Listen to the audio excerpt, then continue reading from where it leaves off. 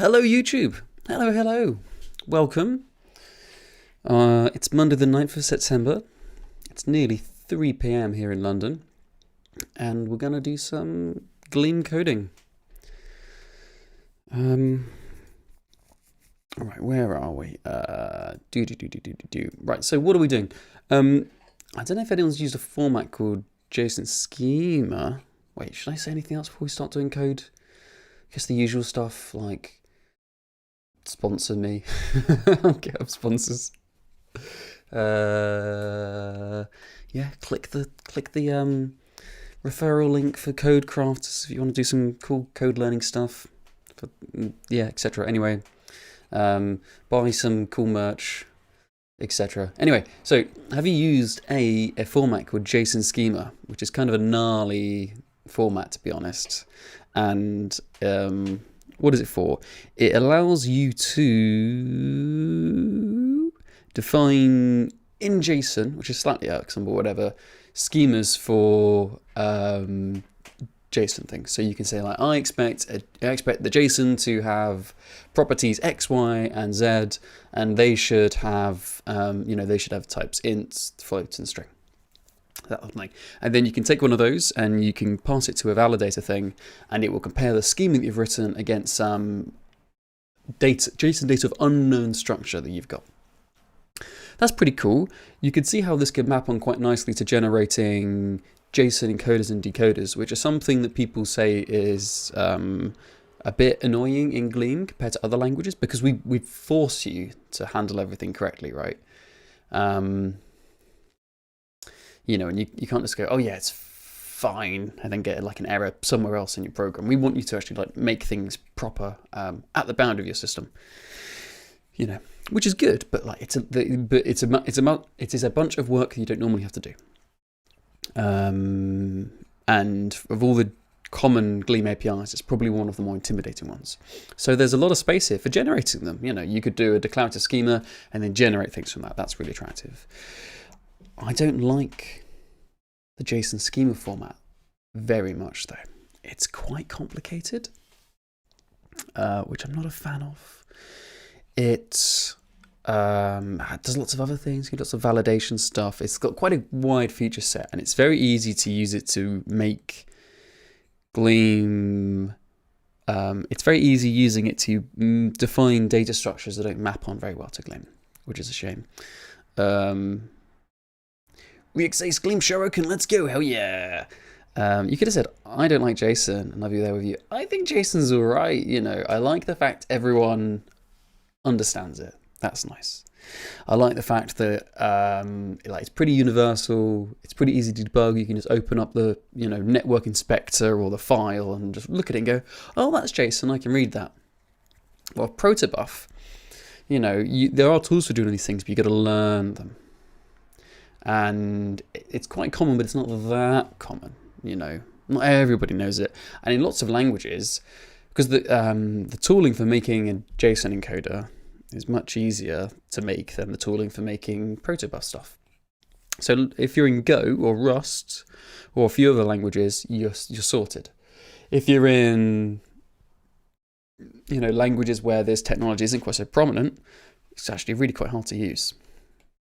At least it's not YAML. Oh yeah, okay, yeah. I like to try and be nice about all technology, but YAML is quite pants, isn't it? YAML is not. YAML could be improved, shall we say? So me and my Lucy Shuriken are gonna do something. Holy shit! It's John Gleam. That's Captain John Gleam to you. Hey Canada, how you doing? Congratulations on your what is it? You're the chair of something now. It sounds very impressive. No one trusts me with that sort of thing. What's that about? It's my gift for Benito. Hey. Did some unmarshalling in Go yesterday. Easy peasy. Yeah. So Go makes this stuff quite nice. They've got this nice reflection struct thing that works quite well. It's not type safe though. You've got to use the API correctly, otherwise it all goes a bit awry. You can have null pointer fun. Oh, and my good friend Canada Honk, the best goose in chat, has just followed. Thank you very much. Lolson X, hello. Welcome. Winter CG. I don't follow JavaScript enough to know precisely what that means, but it sounds important. And that's what matters. I'm impressed in that same way that, like, you know, you tell your aunt something, she's like, oh, well done. Like, I'm confident that that's good. Well done. Good. Right. So anyway, I can't remember where I got up to with my storytelling about JSON, but there is, in this black void that reflects my emotions, but is supposed to be a web browser. Let me find it. Nope, that's the wrong thing. That's a, look, can you see there's just like a tiny little, oh, that way. There's just a tiny little magnifying glass in the corner of the screen. That is not what I tried to put there. This one, here we go. I found this other format called JSON Typedef. RFC 8927. And it's nice. It's like a more constrained, less hairy JSON schema, and I quite liked the design they've gone for. It doesn't have generics. Maybe generics would be nice, but I guess it doesn't really make sense for what it is. You could just generate the code. I don't know. Anyway. But it maps onto the Gleam type system really quite well. Let's see if we can. I'm not going to read the RFC because I'm not. I mean, I have been reading it, but I'm not going to read it on Scream because I'm on Scream. It is nearly Halloween. On stream because I'm not bonkers. I will read instead the docs. Helix time. I'm not. Why are we talking about Helix? I'm not paying attention. Where's the getting started bit? Yeah, here we go. It has empty, that can be anything. Cool, that's dynamic. It's got a type, so you can say like, it's one of these types, Boolean or string or timestamp. I like that it's got a timestamp. Or floats or ints, nice. Neovim has been deprecated, has it? Oh, that's a shame. Oh well. And then we've got enums, which are not very useful as far as I'm concerned, but whatever. I find it weird that it has like a space here but not here. That seems like a mistake. I should do a 24-hour live stream just reading the ECMAScript spec. You should do that. Tej did one of reading the whole Neovim manual, and I think it was like 8 hours or something, which I thought was quite fun. So enums, but you can map those onto Gleam custom types really nicely. Elements, that's an array, that's a list. Properties, well, that's a custom type. Optional properties, yeah, that's optional. And values, that is a dictionary. Discriminator, now here's the one I thought was really cool. So here we've got a bunch of objects where they've all got an event type key. And say this one's user created, so it's going to have ID. This one is user payment plan change, where it has an ID and a plan, which looks like it's probably an enum. This one has user deleted, so it has an ID and a soft delete, which is a Boolean. Huh. Okay, so that to me kind of looks like a custom type, and we're going to have a variant called user created that has these properties. We're going to have a variant called user payment plan changed. It's going to have these properties.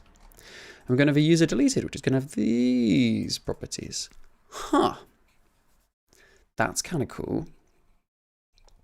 And does it have anything else? And it has a ref, so you can define some schema, and then you can refer to it. So like, we're going to have an object, it's going to have a user lock, and that's going to be coordinates. It's going to have a server lock, location, come on, right location.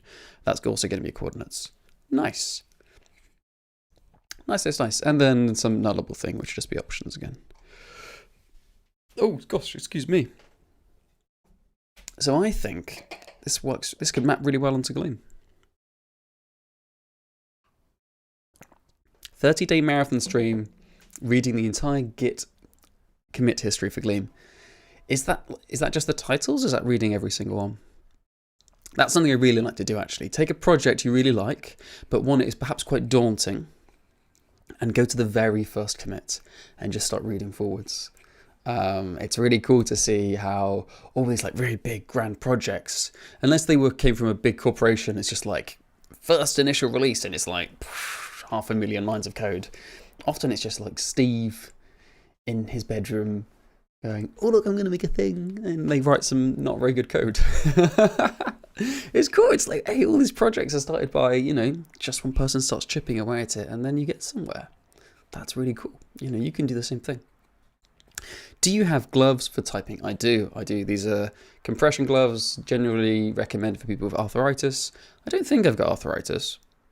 I don't know, but I do get various body pains from not exercising enough and using the computer too much and having bad posture and using keyboard and typing with poor form throughout my teens and 20s, which I fix a lot of them, but I still find the gloves help an awful lot. Exercise, kids. It's like mega important. Otherwise you get to like 30, you're like, oh, everything's bad, I'm in pain all the time. And then you have to exercise, and like retroactively getting healthy is hard. Really hard. Very annoying. Do. And that's it. Look, it even says right here, that's it. Yum. So, if I win the lottery, brackets, big time, I will gift you a kinesis, promise. I would like to try one. I'm using a plank at the moment, which my cable is not long enough to show you. That's upsetting. But I have just pledged.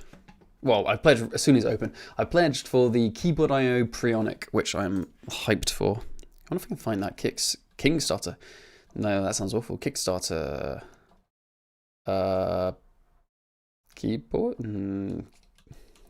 Keyboard IO Prionic. Yeah, this fella, which I'm quite excited for. It's pretty much the same thing as my plank, but it has number keys. Come on, show us a nice picture of it. Come on, there we go. Ignore the case they've got on it. And then it has a knob, and it's Bluetooth. So it was the Bluetooth that was the thing that was like, yeah, I want that. And it being made by a well-regarded company, and I don't have to like get it in pieces and solder it together. And honestly, the price was pretty good, so I'm hyped. It's going to be very nice. I don't know what I'm going to do with the knob. If anyone has any suggestions for what I will do with my knob, let me know. Yeah, so I'm hyped for that. It's going to be great. And then I can like sit on the floor and type and move around and not be shackled to the desk by this little cable. Bonjour. Hello, Louis. Hello. I didn't buy the wood thing, but I'm sort of tempted.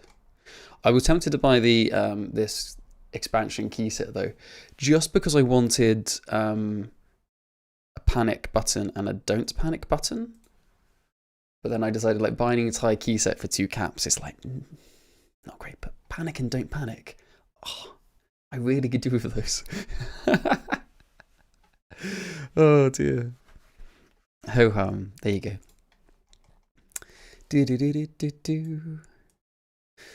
So yeah, good stuff. So what have I done so far? Because I have started this. This is not my first day of working on this. Where's my text editor? Hey. Here we go, in a window that is way too large. Keyboard should be a macro of panic.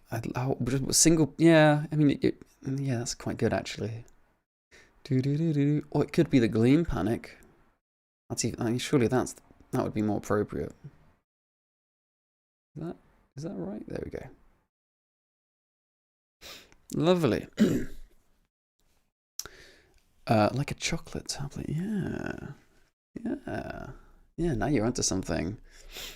Knobs are pretty great for cranking, I've heard. If you crank it right up, either alone or with a friend.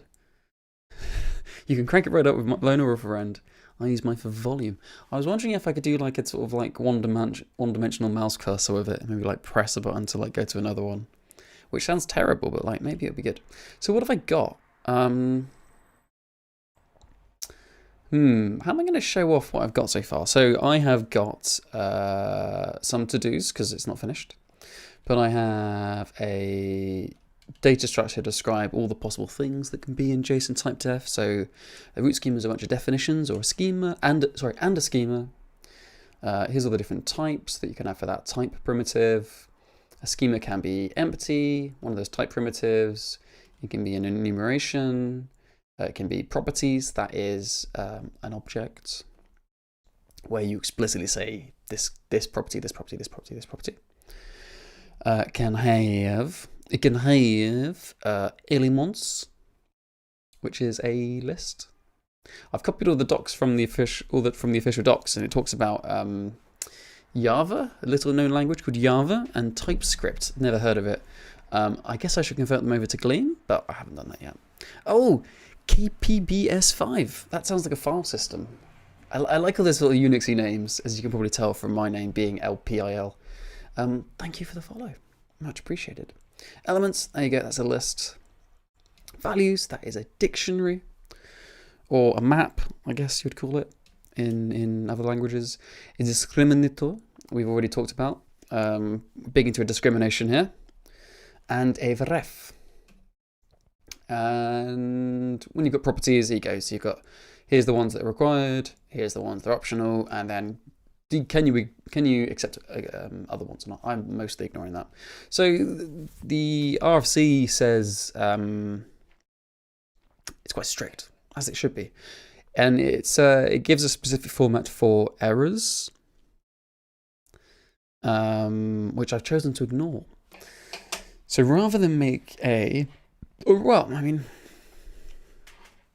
would be good to have it in future, but I'm kind of ignoring the sort of typical use, where you'd have a function that takes some JSON data and a schema and goes,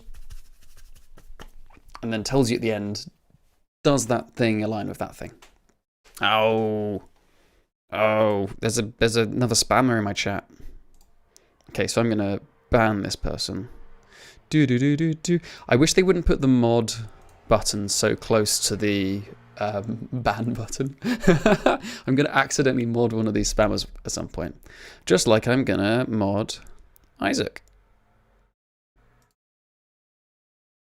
Isaac, you're in charge now. Power corrupts. Why not?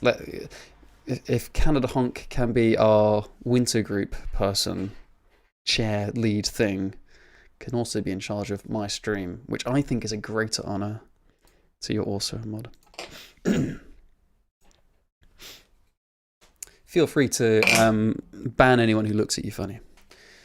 So I don't want to do that. Instead, what I want to do, I've already made functions for parsing, because these are defined in JSON, for parsing these. And have I defined one for turning it back into JSON?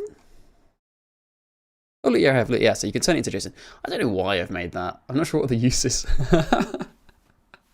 But I've made one. Maybe that'd be useful for someone. What I want to do is, let's see if I can find it. Okay, no, let's look at the tests. That's probably a better idea. I'm using Birdie, obviously, because I should.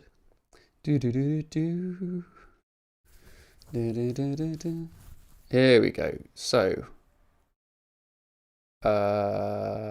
boom. I have made. Hey, Sinner, hello. I have made a nice little code generator. So we start with a schema. It's in the past Gleam syntax here, so maybe it's slightly less clear what this means. But here we've got a schema, has no definitions. The shape that it expects is elements, so that is a list. It itself is not nullable. It doesn't have any metadata, and the elements of this list should be a non-nullable 32-bit float. That's what that says. And so then we pass this data structure into the cogen function, and out of it we get this, which is wrong, but you get the general idea. This type annotation is not correct. This does not return a decoder. So what does it do? It compiles it into a decode function, which will use the decode list and decode float combinators. to combine them together, and then to decode some dynamic data into a list of floats. This should say like results, whatever the errors are, like that. And to accompany that, we've also got a toJSON one. So this is kind of cool because we could make a, you could imagine all sorts of use cases for this, right? You could use it to help you in building, API clients if they have information in this format. Maybe you could compile like open API to this. You could use it to define the shape of your own like HTTP service. We'd probably need some sort of extension to like make it understand HTTP. I've actually messaged the maintainers of this project about it and see if they have any thoughts on that. But if not, we can just wing it. And then you could use that to define a stub for your service. So it could be like, we've generated all the routes and all of the encoders and decoders for you and all of that boilerplates. And now the only thing you have to do is do functions that go from that request type to that response type. Which will be, entirely type safe. You've got a way to generate APIs. That's kind of exciting, I think. And what else? You could use it for unstructured JSON databases. The one I'm interested in using is CouchDB, but I guess you could use like Mongo or anything really. You could use it to make a facade in front of your database, and then you've got to do all your schema managing inside your application if you don't have a database that has a schema like Postgres. So you could use this to you declare it to say what it is, and then it makes it the boilerplate for you. So I think there's lots of cool uses for this. I'm interested.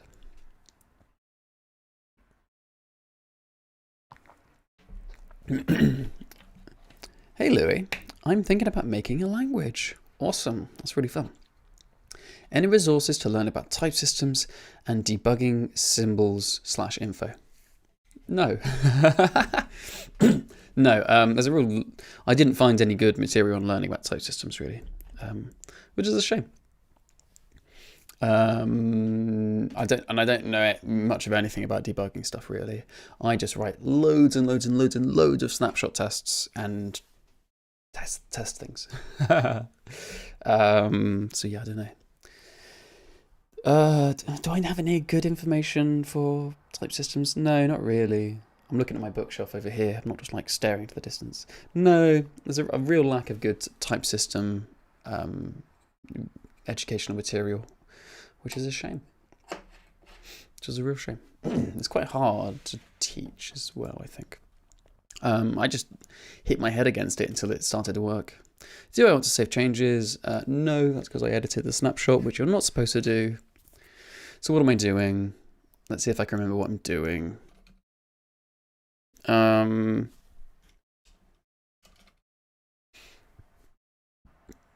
Reject empty encode. Okay.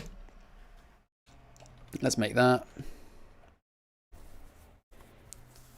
You should write some posts about it. I don't think I'm a good person to teach type systems, mostly in part because why would I? I mean, any time I spend doing things that doesn't help Gleam is just like kind of undermining the last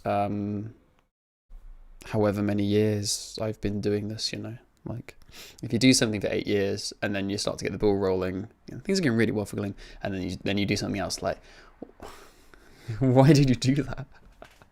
Oh dear. Okay, so here I've got this to-do saying reject empty encode. The situation here is that this is when we're making an encoding function, which I've helpfully called n, which is not very clear, but it's my code base, whatever.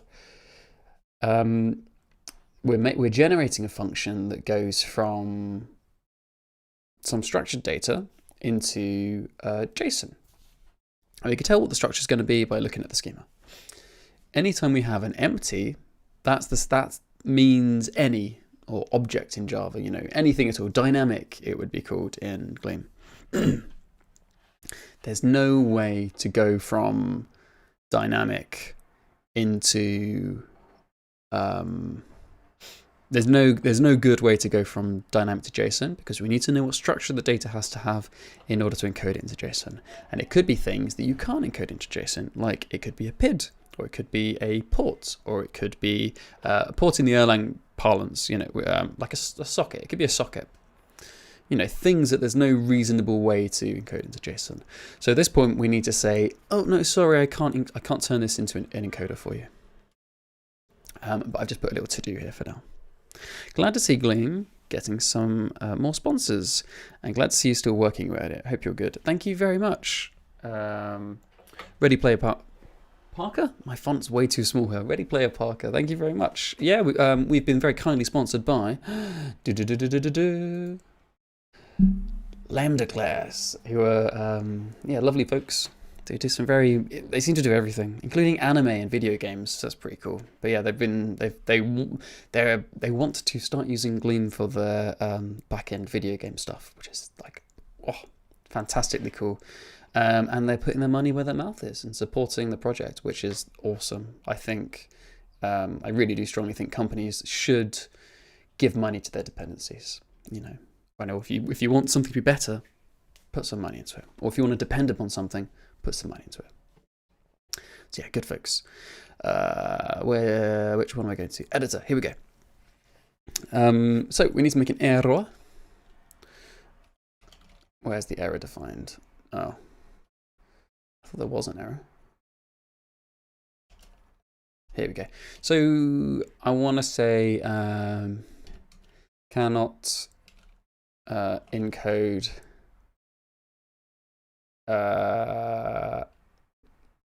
dynamic, maybe. And how are we going to do this?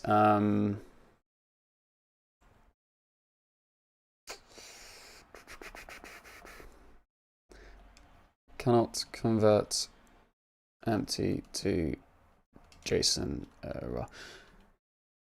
Yeah, maybe we won't have like more detailed information in future, but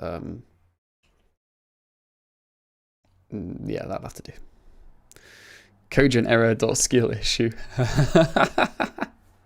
Disguised Pigeon, that is such a good name. What does your little icon mean next to your name? Place 2023 cake. Oh, something. You watched something on Twitch. Okay. Cool. So now, where is that error? I'm pressing Control O, which jumps backwards. I thought that would be faster. Error. Cannot convert empty to JSON error. Lovely. So now if I run the test again, it shouldn't crash. I don't like that. So it doesn't crash, it instead runs the code generator. And I want to change the code generator to be a bit clearer.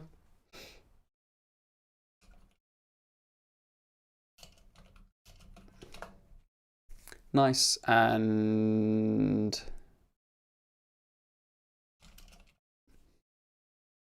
I can now run Birdie to say if I want to accept that or not. So the thing about this is that we no longer have the so I've made the previous set of snapshots were such that they were only generating a decoder. I'm now also generating encoder. Well, the decoder would succeed, but the encoder fails. Okay. Maybe it would be good to have both of those things.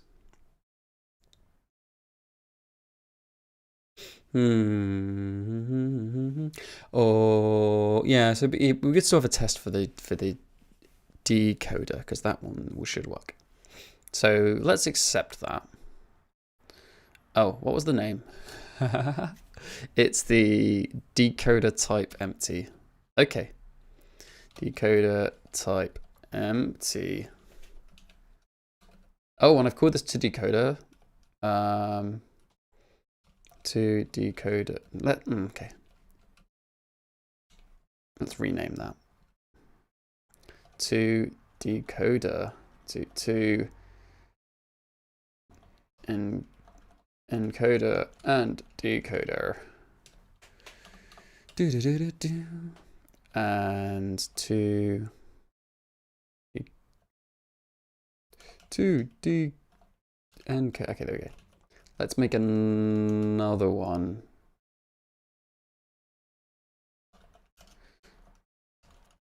What have we got here? We've got a result. I can't be bothered to write down what that is. Oh dear.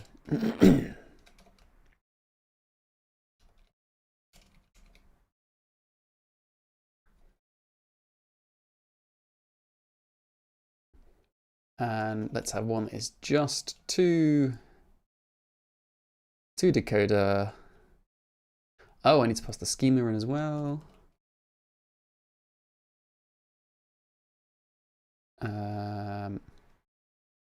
Schema, root schema, result string, or what's the error? Code gen error. There we go. Look how lovely this language server is that we have for Gleam now. Ugh. Remember where we were at version 1? It was rubbish by comparison. So I said this one is to just do decoder, so let's change the encoders to false. And then I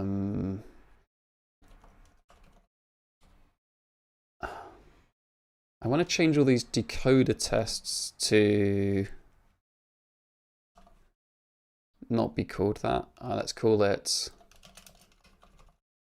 Python code gen. And code gen decoder to decoder. There we go. Right. Oh, that's going to make all my snaps outdated. Oh, it's really annoying. Okay. Oh no. I can't remember how birdie works.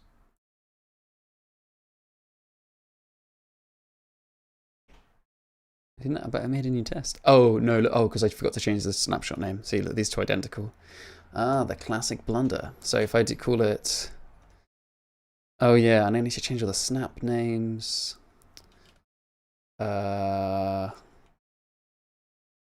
Snap.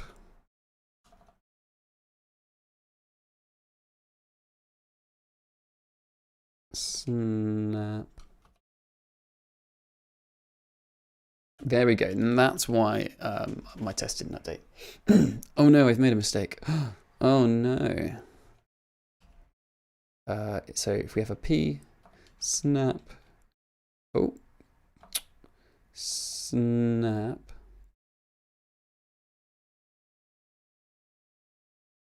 That should be snap. Nice. Nice.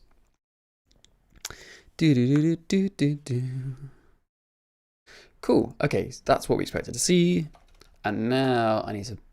Oh yes, because I didn't actually fix that that first one. This shouldn't be empty. This should be code gen decoder.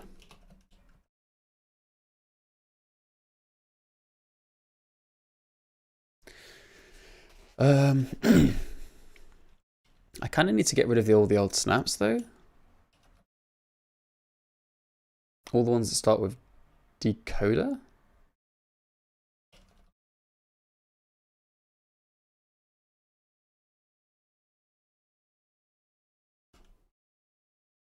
Is that right? And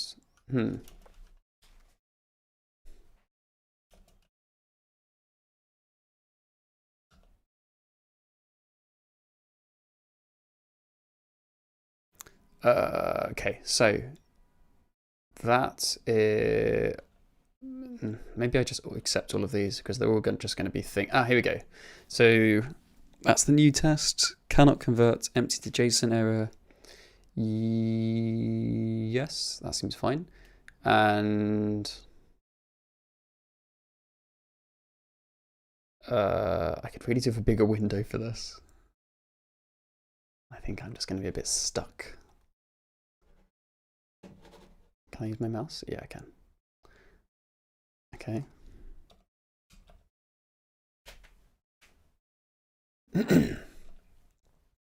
Nullable, nullable, nullable. Dreidel, dreidel, dreidel.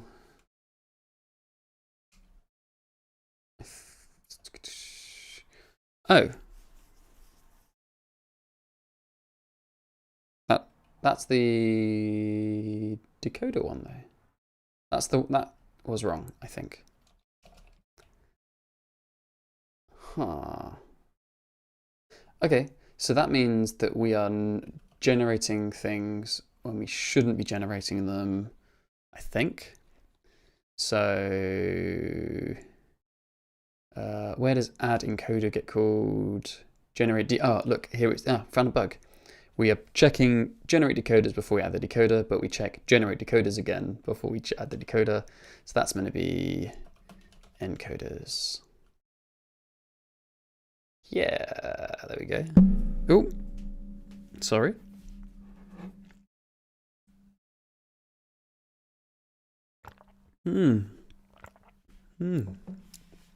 Very nice. Right. Right. What have we got here? We have a decoder, but we don't have an encoder. That seems fine. Lovely. So let's commit all that nonsense. Error when trying to encode dynamic. Nice. So what is next? Let's fix that return type, because that return type is just wrong. Decoder. Oh. Decode. Yeah, that's okay. I mean, we could just get rid of the decode from.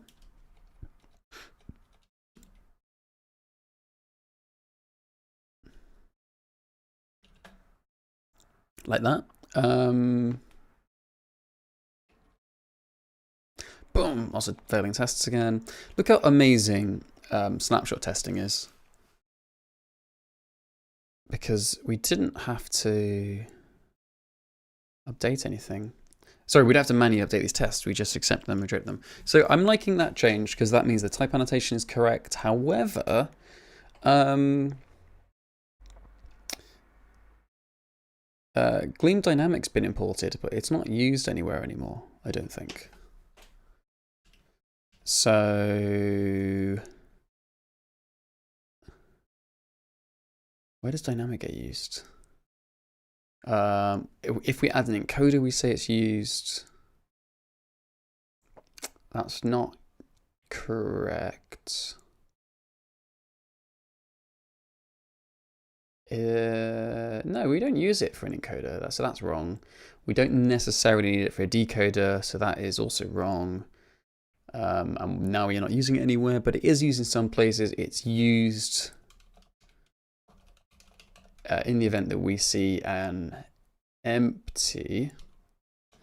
So let's find where we register things for empty. Gen register, here we go. So now we need to say generator for dynamic used true.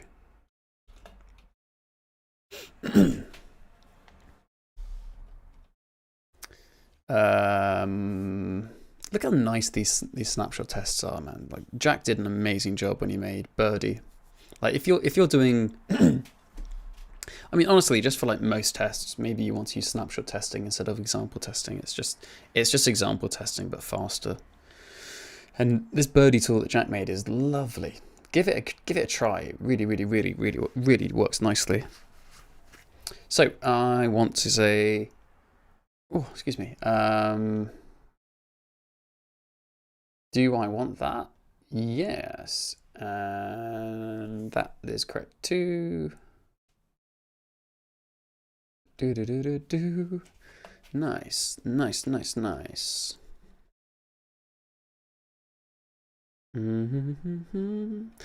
I'm not entirely sure that this decode library is going to be like the one going forwards. There's another one that someone else has made that looks really good. But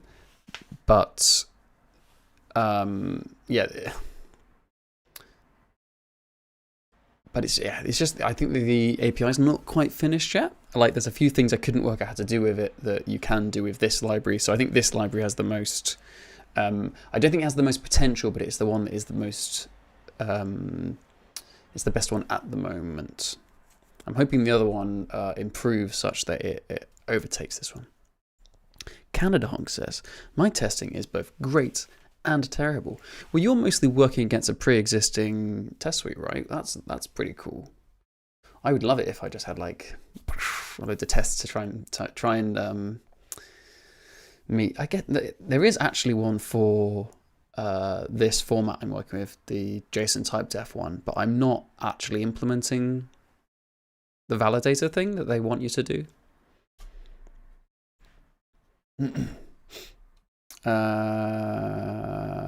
Nice. Nice. Nice. Nice. Do.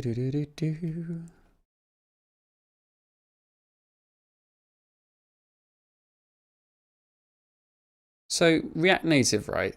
They have their own JSON. They've got their own JavaScript runtime. Is that correct? How does it work? Have they just written like an interpreter in like C++ or something, and they embed it in Android and iOS?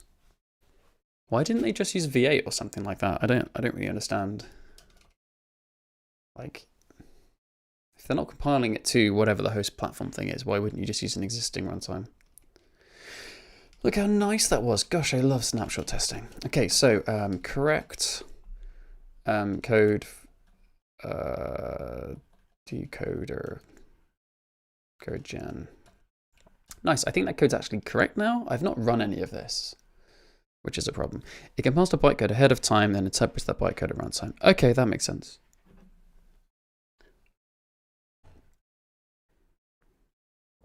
My drink's all a bit.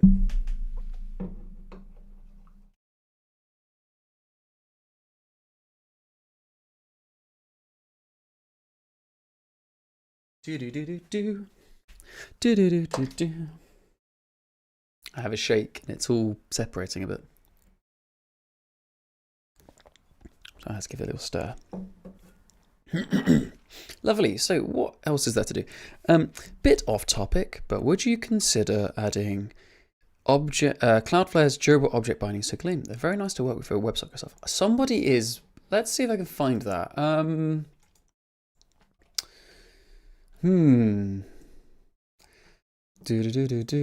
Serverless? Is this it? Is this it? No, this isn't it. Or is it? No, it's not. Lambda? Cloudflare? Worker. Oh, no, work. No, that's not what I want. Okay, somebody is making a. Wow. Wow. Okay, that's interesting. I've been distracted. Wow.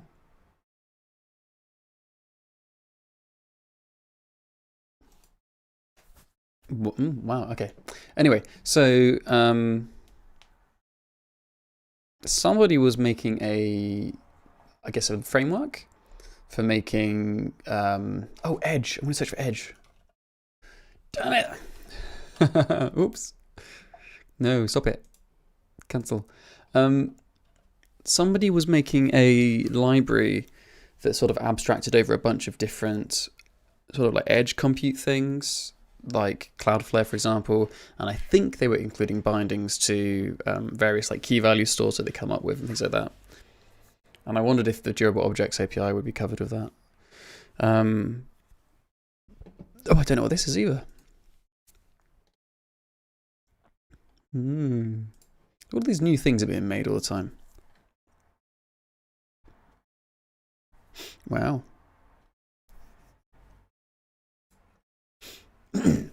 but I can't find it. So maybe it doesn't. Maybe it hasn't been released yet. I can't remember the name. It's not Glen. Glen's really nice, but Glen is just a web framework, backend web framework that you can run on the JavaScript runtime, which means you can use it inside like Lambda, Cloudflare, and all that kind of stuff. It's really cool. But that is not help. Look at these. I haven't looked at this in a few days, and every time I do, I find a bunch of exciting new things. Like you can generate identicon. This actually sounds really useful. How are they doing it? Oh, what's this? Glee GD. Oh, that's cool. This is cool. How are they doing it? Nice. Oh, that looks really good. Nice. Okay, that'd be useful. What's outkeep? Doesn't say. Doesn't say what it is. Checklist from JSON, text note from JSON, note from JSON. Is this like passing?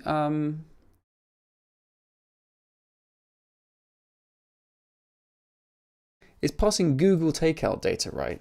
So like if you want to get all your notes out, I'm guessing that's what that is. That's pretty cool.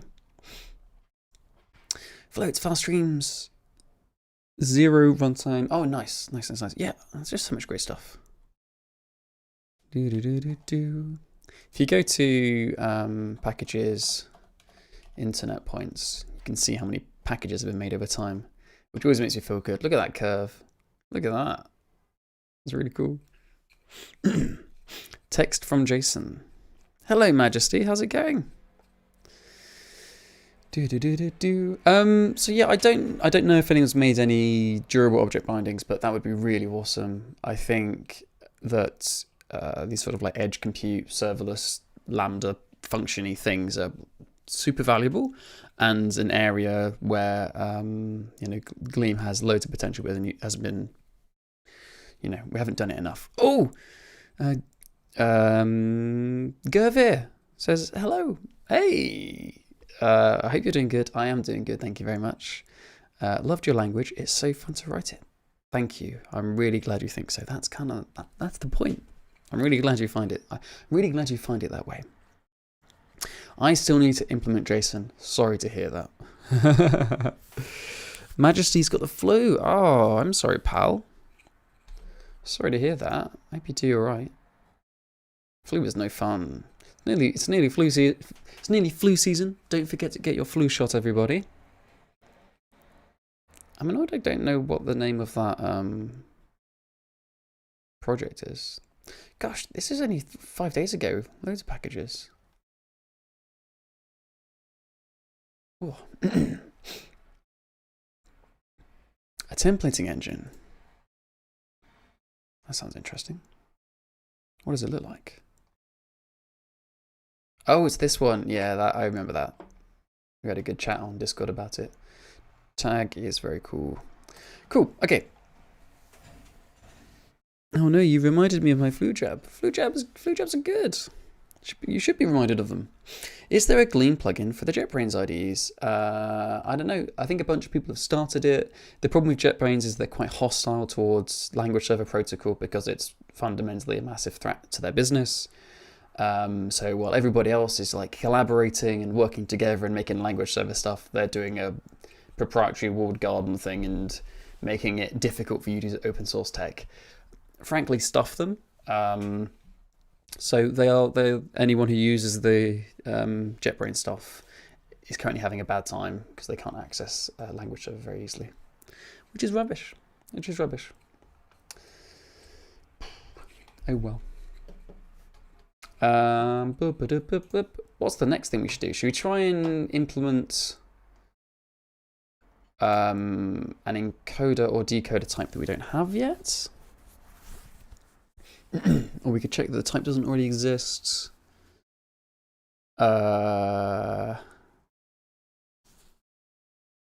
Yes, or we could.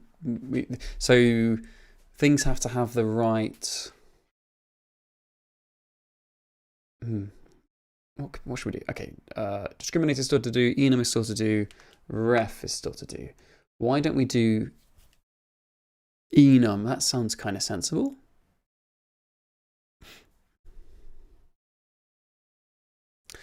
I only get to use them because it's better than Visual Studio for work. Just got used to it. Z is really taking off among the Gleam ones. Z seems to be really nice. Oh, hello. Oh dear, you're going to challenge me with your name. Tavovo. I'm going to go Tavovo. Thank you very much for the follow and welcome. All right.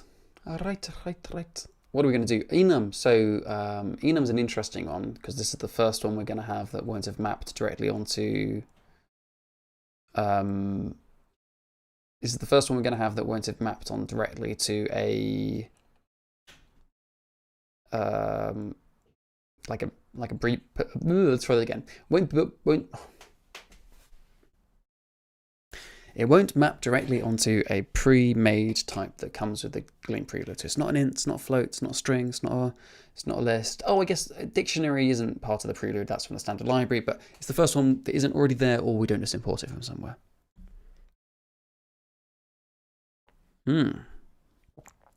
See, Canada's in agreement.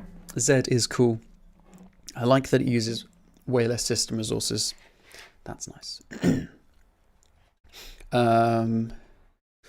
So I think we should show we should make this hover message show the definition of the enum in case, so I don't have to like jump to it, because like other people probably won't have editors where you can do that so easily. That's not true. People will have those. We don't care about metadata, so we can ignore that. And then we can say an enum gen what do we want? Variance and nullable. Nice. And let's make this, shall we? Gen enum.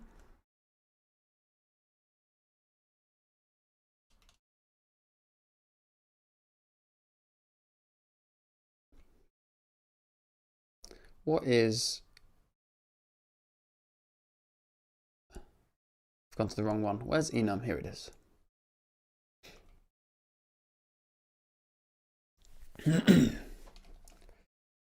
Don't care about metadata. Variable should go first. And we should probably write a test for this first, actually. That probably makes more sense. Codegen enum directions test. And enum, yeah, having to jump around to see the definition is a bit annoying. That's one way we can improve the system. Nullable metadata variance. Okay. Let's do not nullable and then variance. So there's here's an error case immediately. Enum.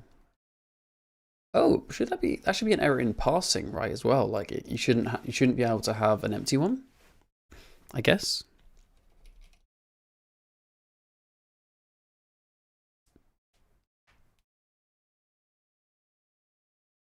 Yeah, okay. So that one should be an error. And we had another one for one that's valid. What do we get? They are just... Oh. Why have I said... What does this type mean? String dynamic. God, that's rubbish. I should have documented this. So let's... Oh no. I'm looking at the wrong one. I'm looking at metadata, but I should be looking at variance. List of string, that does make perfect sense. Armache. Been exercising too much.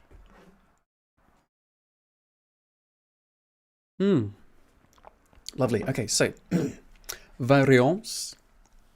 We want to have one called up, and one called down, one called left, and one called right. Should we make them capitals? People like capitals, don't they? Oops. I didn't do what I thought it would do. Can I not just do that? There we go. I used to use NeoVim, but needed .NET stuff, and debuggers can be a pain in NeoVim. I don't think I've ever used I've never really used a debugger. I don't know what I'm missing out on. Let's update these snapshot names. I should learn how to use a debugger because I find a lot of my learning to use new like developer tooling, technology stuff is motivated by the desire to have that stuff available for Gleam users. So I have to learn it. I never really used language servers before I had to make one, and I was like, oh, I better pay attention to what they are. That's not true. I guess Rust kind of got me into like IDE tooling, but I was always just one of those people who just used Vim and just remembered everything and didn't have any completion or anything. I'd write my own snippets. I would decide what completion I wanted to have.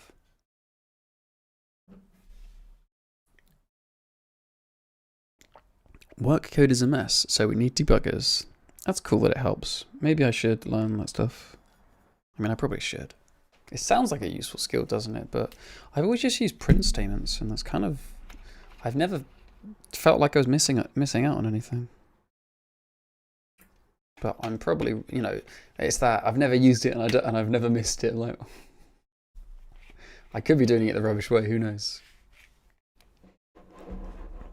Yeah.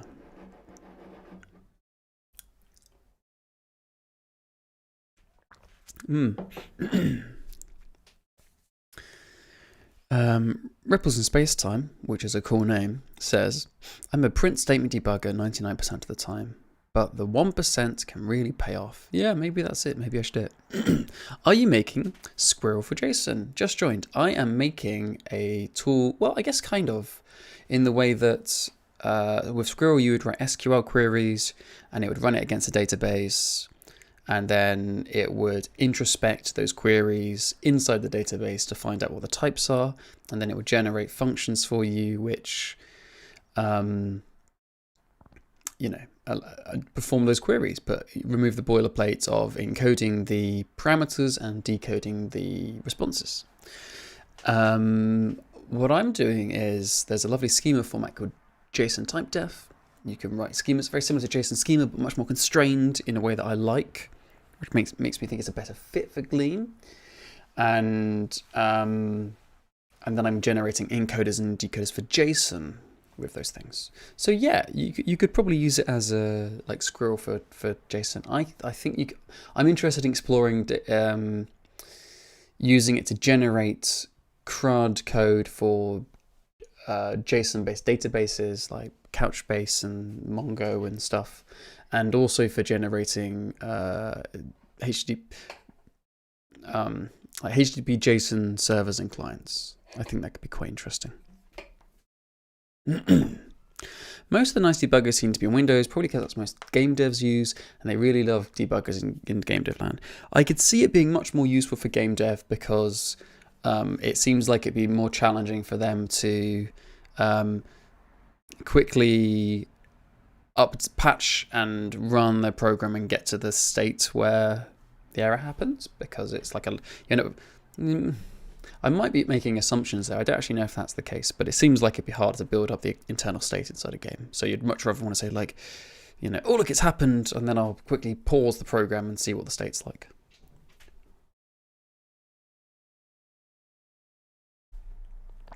I presume. I don't really know.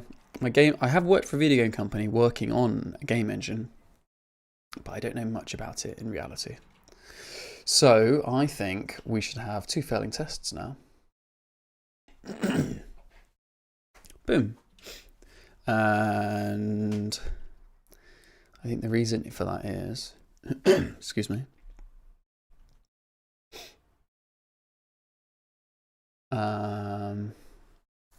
We're gonna need to generate a type here, which is going to be quite interesting.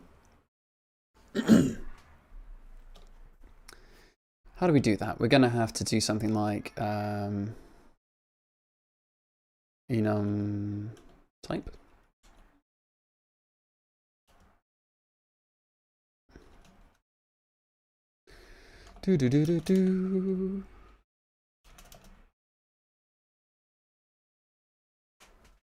We can use pipes. It's probably clearer. Gen and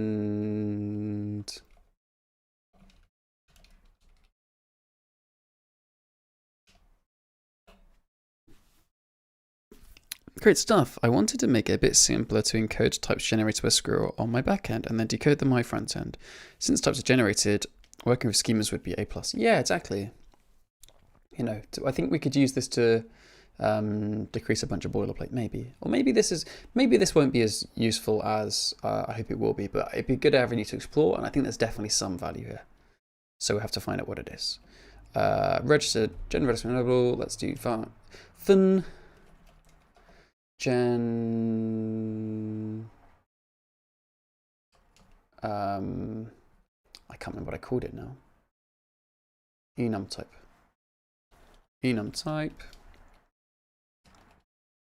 Oh, I need to pass in a name. So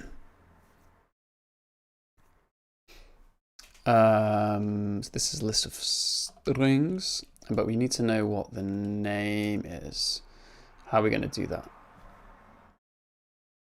Gosh, very loud on there. Oh, we've got a name. Nice. So I can just pass in name. Huh, it's like I've thought about this before or something.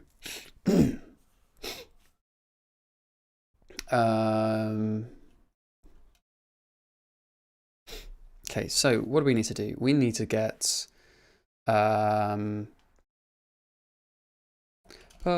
what am I doing? I need to have some source.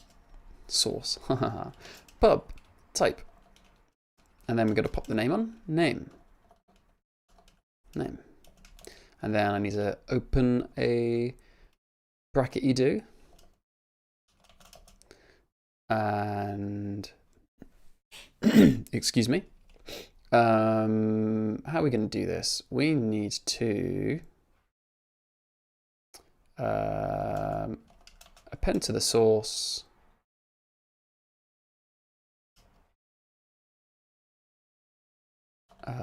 Let's map over that list of variants.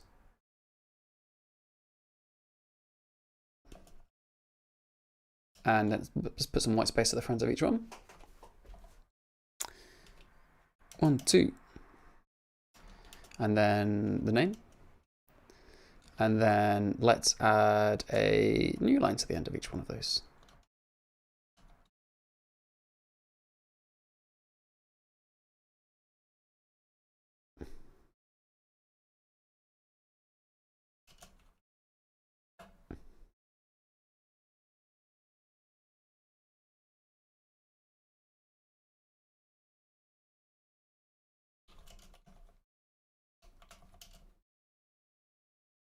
Okay.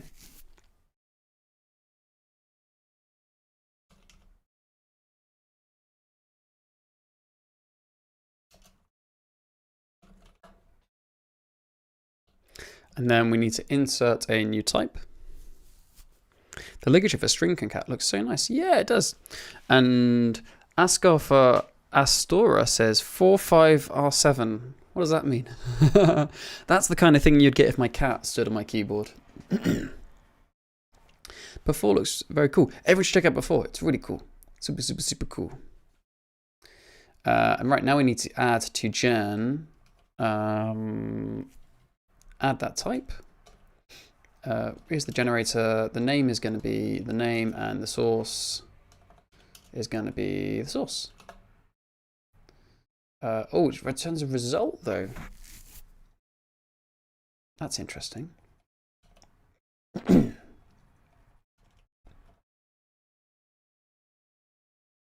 There we go.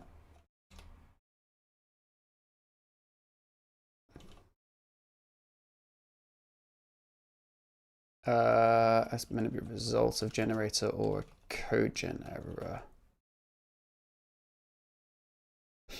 Nice. Okay, so we think we're now generating a type, and we need to accompany that with generating the encoder and decoder. Ooh, how are we going to do that? It's going to be annoying. It's going to be real annoying. Oh dear me. Excuse me. Need something to eat? I'm going to have a mandarin. Which I freak everyone out by biting into it. It's nice. They're good, honestly. I should probably put an advert on in a minute to like turn off pre-roll ads. How do I do that? Pre-roll on. Oh no, it still says pre-roll off. I guess it's okay then. How warm is my computer getting? It's getting a little warm. I think it's doing better. I've moved it a bit to try and help with the airflow.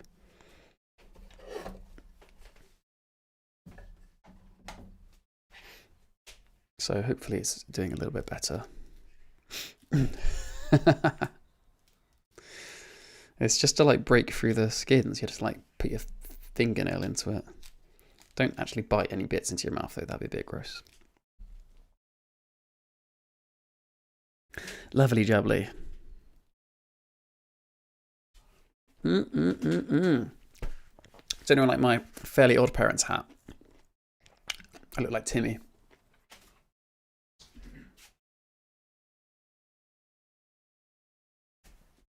I can pair it with these earrings. Like, oh, you can't see Cosmo because he's green. But ooh, there you go. How cool are they? Love it. God, controlling left and right is so hard on a mirrored thing. Fairly Odd Parents cosplay, yeah.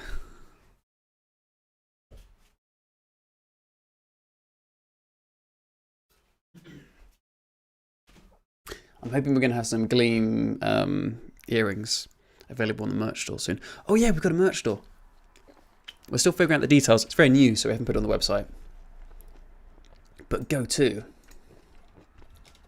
merch.gleam.run and buy yourself some stickers. Do it. Cover your whole town in stickers. No green screen balaclava today. It can still happen. I've got my invisibility cloak right here. See? Ooh, I'm gone. Ooh.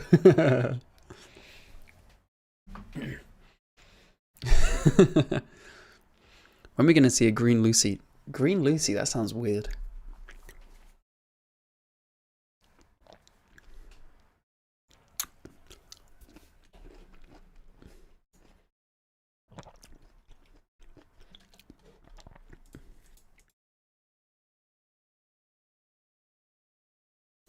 Do. Oh, hey Dylan. How's it going? Harry Potter? Is that you? Who are you calling Harry Potter? Okay, should we try and generate an enum? How is this going to work? I don't remember how this works. I can't remember how things work.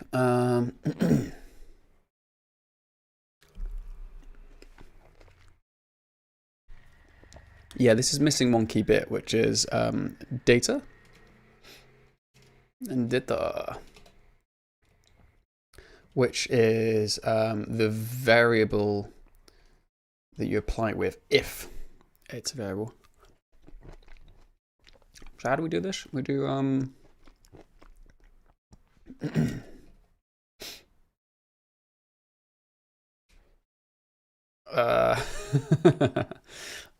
how does it work? Okay, so case no.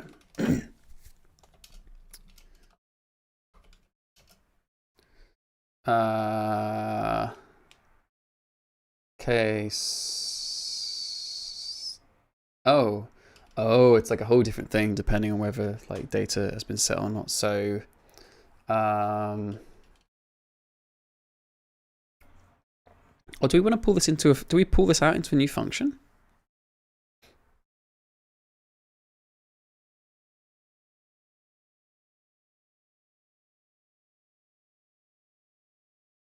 Oh, the invisibility cloak. Oh, I understand. I understand why I'm Harry Potter now. I get it. So I was gonna inline was going to inline the thing. What is the name of the theme you're using for your code editor? That's a great question. How do you do it? Color scheme preview. I'm using Dusk Fox, which is very nice. What are you working on? Is this a new package? It is. This is a library for working with JSON Typedef, which is a schema format for JSON files, which is a lot more constrained than JSON schema in a way that I think is really nice. So I've made a JSON encoder and decoder for the actual format itself, and now I'm making code generators for it.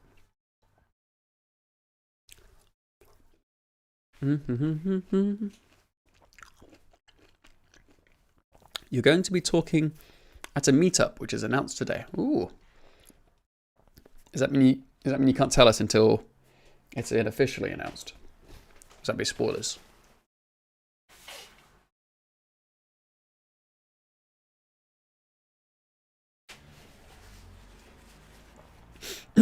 So yeah, I'm hoping that this could be used to like decrease some of the boilerplate that's involved in working with JSON, or could be used for the basis of like service, HTTP client, HTTP service generation, and I don't know, other things. I've no idea.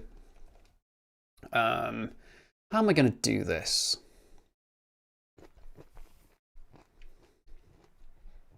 I think I passed in. I can just do a function, right? So I can do.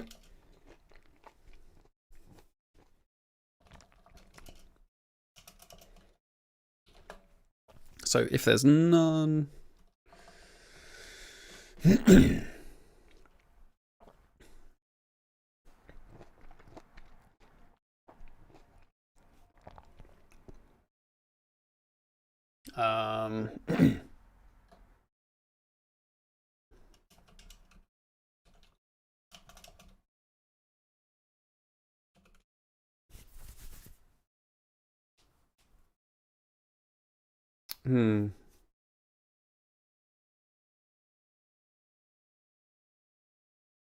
Have I imported the case changing thing? Right.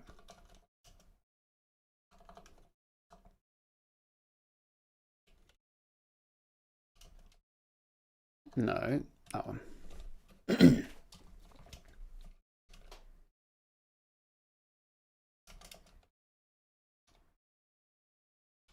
is this not auto-completing?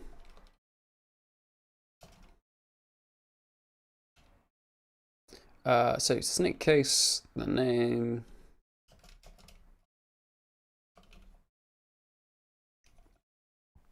So if it's none, do we just pass in the...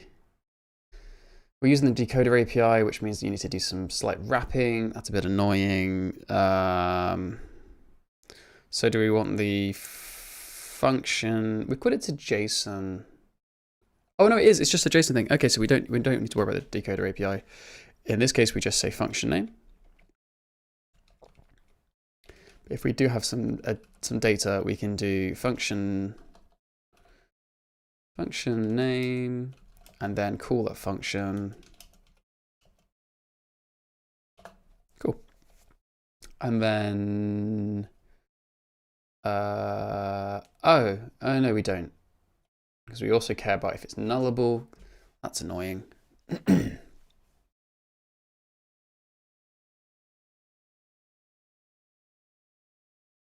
What do we do for the type one? Oh, okay, so we can just do that, can we? We just copy. It's pretty much this.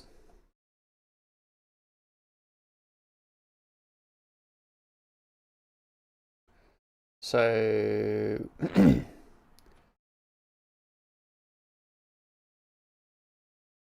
so that's our function. Our type name is what is our type name? Oh, have I painted myself into a corner? How do I know the type name at this point? Damn.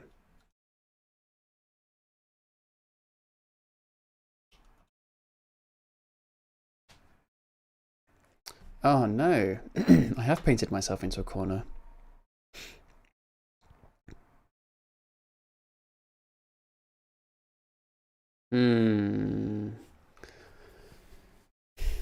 Maybe I should be doing the encoders and the decoders and the type generation all in one pass.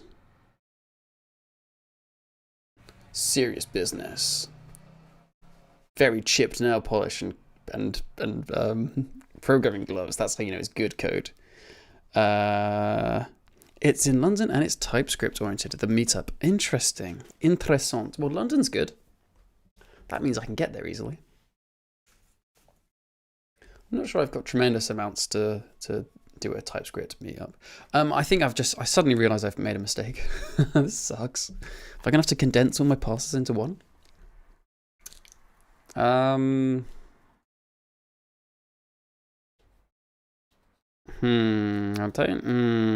Okay. It's not terrible, but like it's not ideal. Whoa, that was an interesting one about nominal types going to Erlang. Whoa. Sorry, I've just seen Jack's message. Jack, are you suggesting that Erlang is going to get first class records? Is that what you're telling me?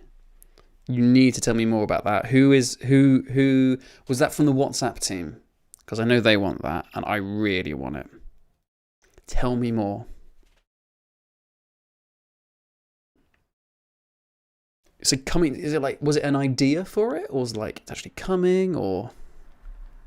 Come on, Jack, you can't say that and then not spill the beans.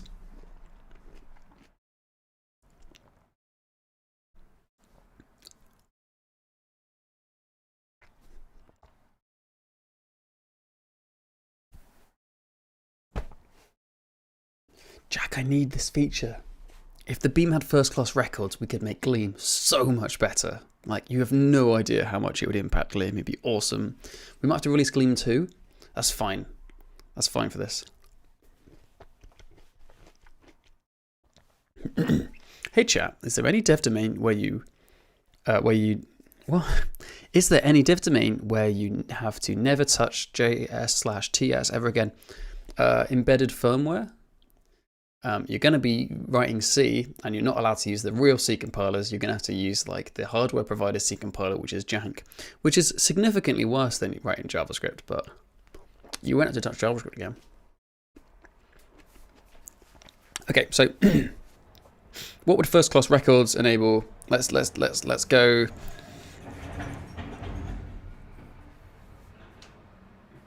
Blimey, that was loud. What would first class records enable? Okay, so a bit of Erlang. Whatever.erl. So in Erlang, if you want to declare a record, you say my record, and then it has a name and you know, a score or something like that.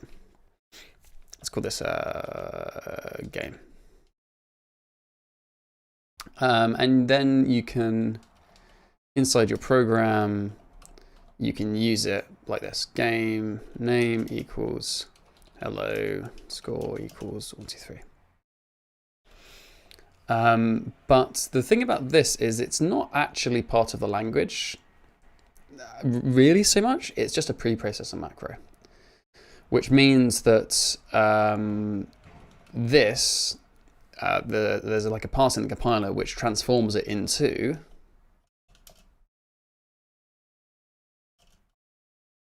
that.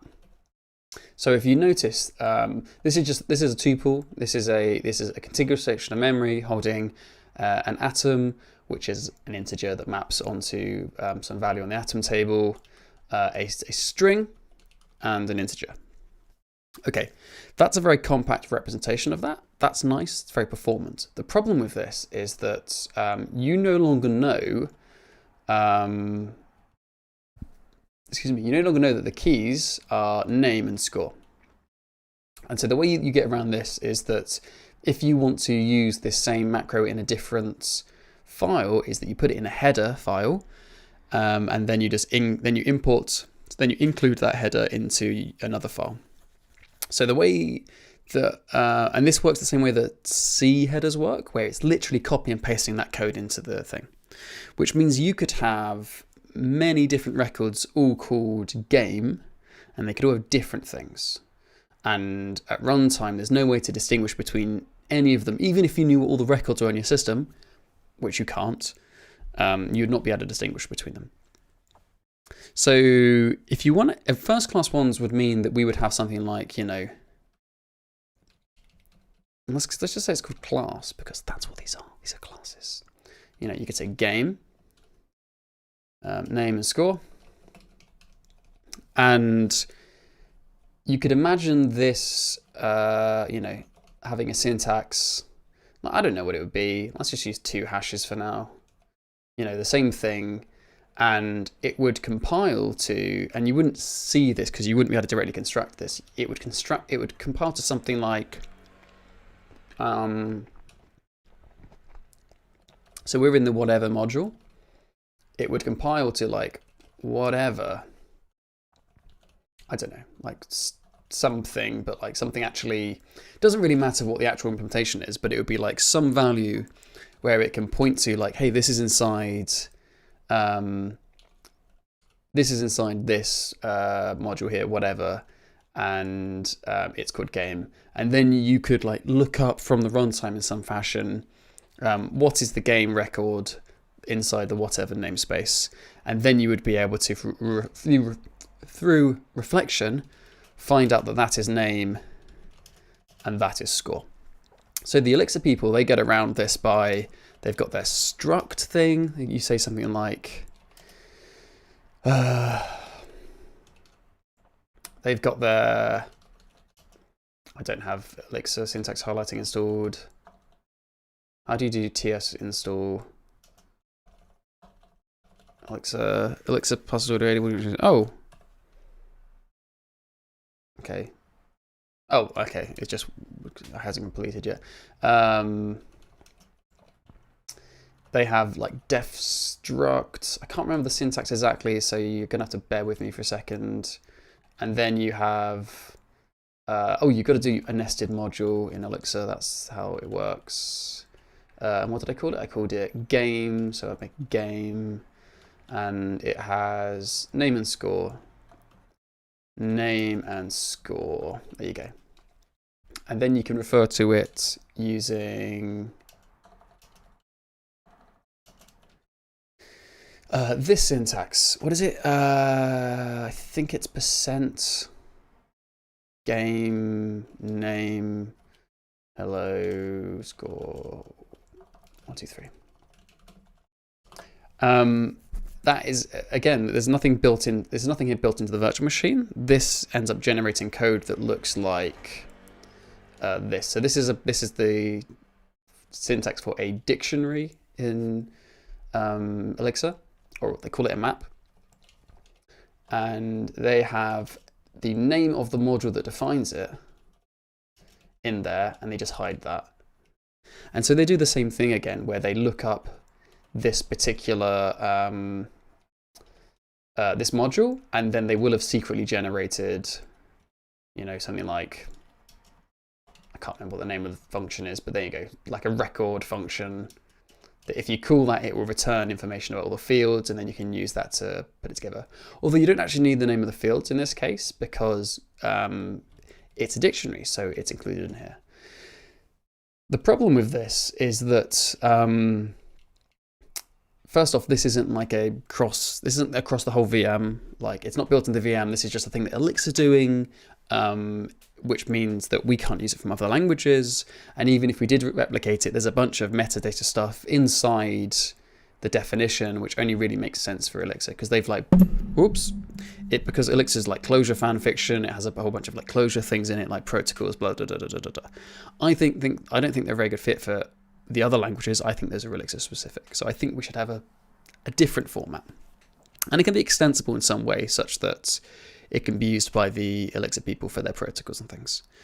It also means that you're always sending these extra bits of data over the wire. which means that if you're sending loads of, like, if you're like WhatsApp and you've got really high throughputs, this, let's say, this is potentially larger a data structure it needs to be. Because like this compared to that, for small objects, that's like a sizable difference. So you've got to encode and decode all of these atoms on either side of the network, which I don't think you don't need to do. It's like completely wasted work. The only thing you need to do is send it across. If it's the first time, you send over the schema as well, so it can add it to its record collection if it doesn't already have it, and then from then on you just send like the super compact form. It'd be so good, and then we could use it for improving reflection in Gleam, because we're using records, like it's not possible to reflect what the name of the properties are. It would be great. It would be really great.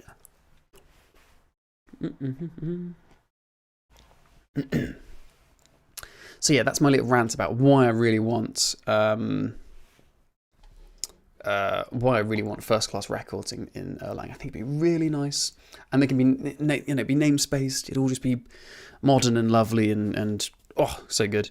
It's basically what every other language has. Pretty much every other language has like a record or a class definition or something that gives you like a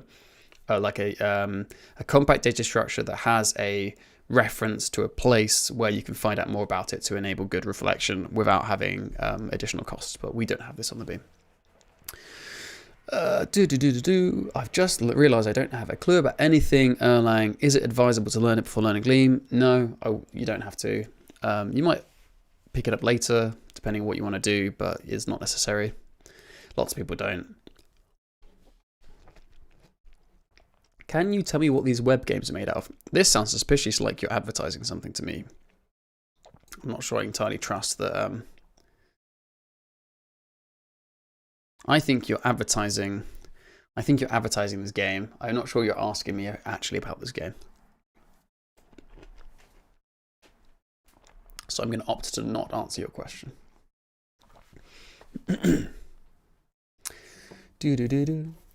My computer's not getting too hot so far. That's quite nice. Maybe it really is just like moving it out from the little place where I keep it. That's good, because I was looking at, I need to buy a new computer. Oh, it's spent like $3,000 or something, but no, I've just moved it off of this little shelf, and like, it seems to be staying pretty cool. I learned Erlang, but now I don't remember anything. Yeah, you can pick it up. Erlang's not a very complicated language. Anyway, so there you go. That was my little segue. I'm really hoping Jack comes back and tells me about those things. I think he's probably like turned off the stream and gone to eat pastries like he does. Italians. Oh, what are they like? I need to change all of this now. This sucks. Are we going to do a big refactoring on stream? That sounds kind of miserable. So I'll comment these out. Classic Italian. Jack is the classic Italian. He's a very, very, very charming and swish dude. Luke Beham, 1990. Very good year. Not as good as 1991. Very good year. And Head and Care. Hello. Thank you so much for the follow. And Monwoody. Mon-Yud followed me 8 minutes ago, and I apparently missed that, so apologies, but thank you for following. This game is a Web3 game. Oh, I'm definitely not going to advertise the Web3 game then. I think those... by Web3, do you mean traditional Web3, which is all about self-hosting and cross-referencing, or do you mean Web3 in a sort of like dodgy crypto gambling way? This is probably dumb. I'm sure it's not dumb. No one has ever asked a dumb question and started by saying that. The people who ask dumb questions just confidently bowl into it. Can Gleam import in Elixir functions? I'm asking because Elixir templating can wrap other Python, C++, Bash for handling different distributed workloads in a single script. I don't know what you mean by that, but yes, you can add Elixir to your Gleam projects, and you can import Elixir functions.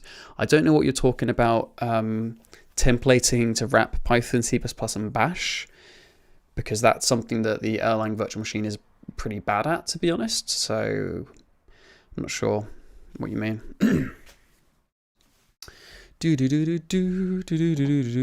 just going to delete your link now because I don't like it. Sorry.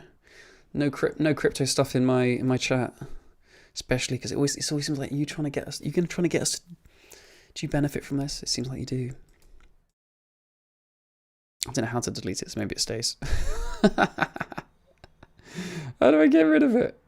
What does this button do? This button doesn't do anything. Wow, I can't figure it out. Mods, someone. Wait, messages. Mods, someone get rid of that message. I have no idea how to do it. How is language made? It's made of JavaScript. It's made of JavaScript. There you go. It's definitely made of JavaScript. Everything's made of JavaScript. It's definitely made of JavaScript. It doesn't matter. Like, they're all the same, you know. You can make anything you want in anything you want. Like, nothing is really going to stop you from making things. Just go for it. I had a whole bunch of servers doing synthetic data generation. Some are Python runtime, some are C++. I was looking at Gleam as a unified. Okay, is it that they are... okay, so they expose some sort of network interface. Yeah, you could have like... yeah, I don't think there's anything particular in... I don't know. I still don't really get the templating bit, but there's nothing specifically in Elixir that isn't in Erlang or Gleam that would be good for that, I think. But all three languages are really good for making network things. So you could connect to all those other servers and pull data from them fairly nicely. LL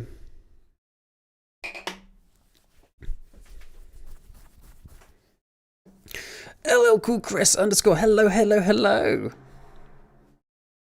Hello. Good to see you. I'm surprised I couldn't find just like a button to remove a message. No, not a clue. It's too complicated for me, this. I had to Google. Yeah. Oh, you did it. You did it. Look at the mods floundering in the chat. Channel points. Oh, look, I've got power-ups. I don't know what any of these things are. On-screen celebration. Really? What's it going to do? What if I do... So I do, like... What does this button do?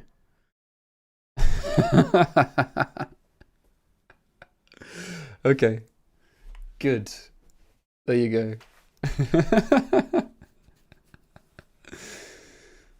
I don't know how it works. Okay, back to whatever it was I was doing. Okay, so I split this thing into 3 passes. One for like registering types, one for like the encoders, one for the decoders. It doesn't really work because now I'm starting to need the same things in all of the passes. At which point I'm like, why do I have multiple passes? Doesn't make much sense.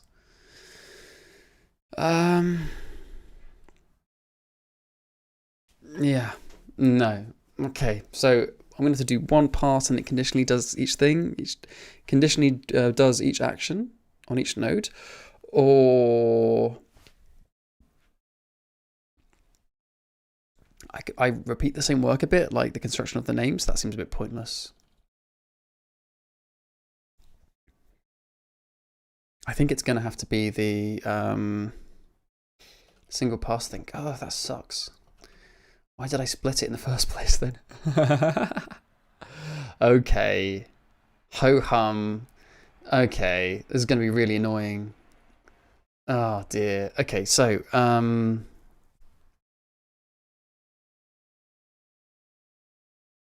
I be bothered? I'm not sure I can be bothered. We just add a name to it and repeat the work.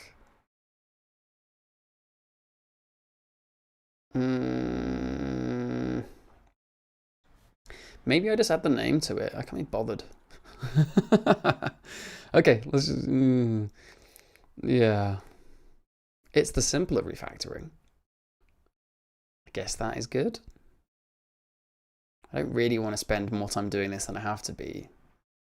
Okay, I've convinced myself I'm going to do it. I'm going to do the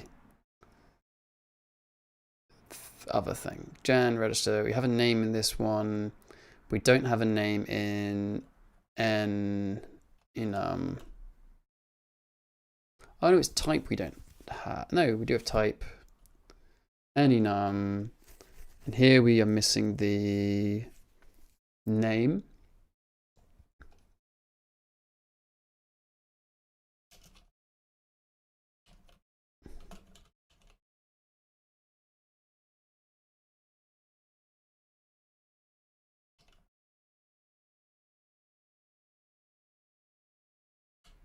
And what are these N1s supposed to return? So we have a type name, which is going to be, oh, we already have type name here. Oh no, hold on. No, it's just that what I'm making doesn't make sense because like,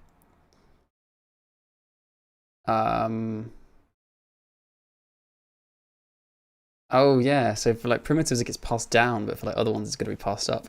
Oh no, okay, we really do need it to be, oh, this is rubbish. Oh dear. Maybe we call it like path or something.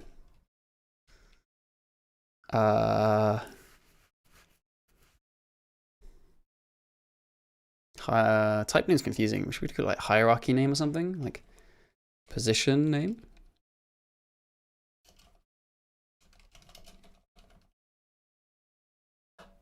This is clear as mud what I've just done here. So we have a type name, we've got some source. And here it's complaining that we have a result of out, but it's meant to be out, so we just do that.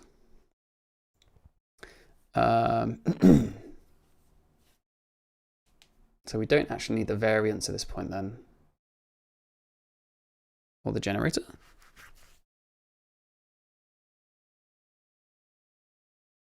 Huh. Why don't we need the generator? What does the generator get used for in this case? Are we passing this around and not using it for anything?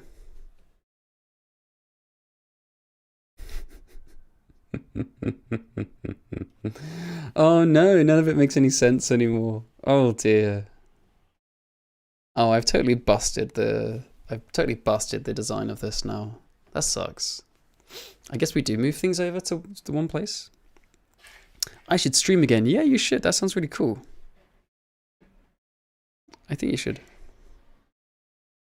Ah, rats. This is frustrating. So I just want to like crack on with using this now, but I've suddenly realized that it doesn't really make what I've got doesn't really do the trick. And I can't be bothered to refactor it all. I've been in this for 2 hours. How's my laptop holding up? It's actually staying pretty cool. Oh, I'm well happy.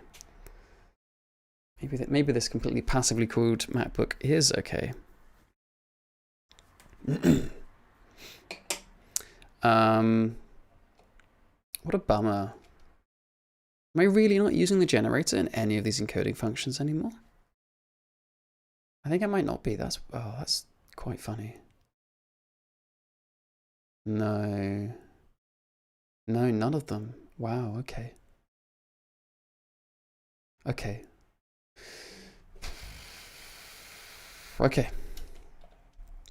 So generate. We start with gen register.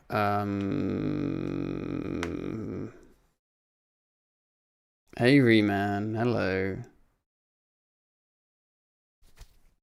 Thank you for the follow. Welcome. Okay. Oh, this is gonna be so annoying. Okay. So.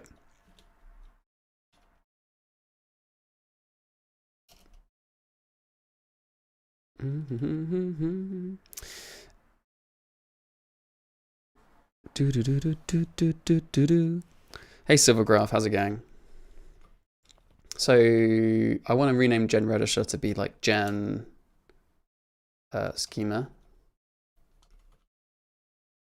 And it has a name, which I'm going to call, no, name's fine. Okay, so it's got a name, and then I need to,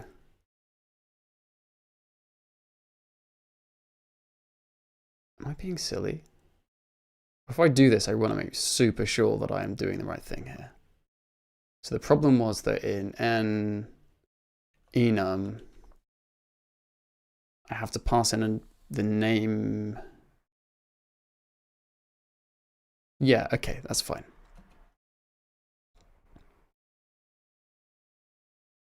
So in gen schema,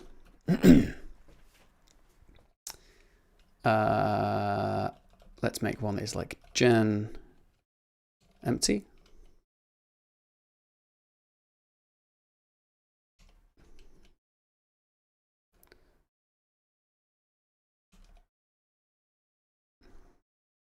And pass, oh, empty doesn't have anything, okay.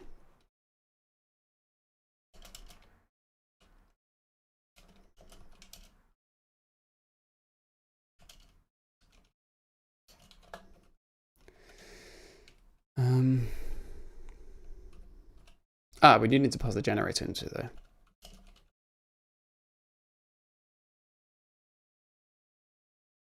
And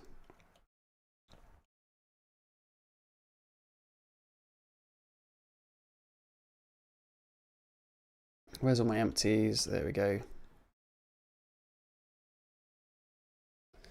So case, I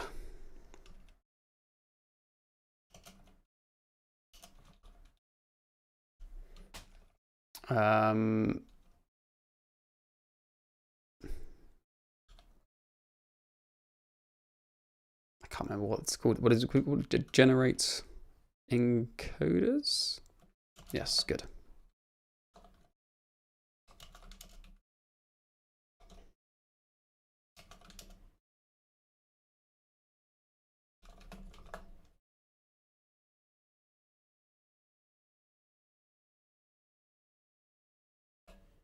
Cool. So that's gen empty. Rename symbol language action server would be come in handy. Yep, I agree. Renaming would be super awesome, but we don't have that yet. I'm hoping someone does it soon. So,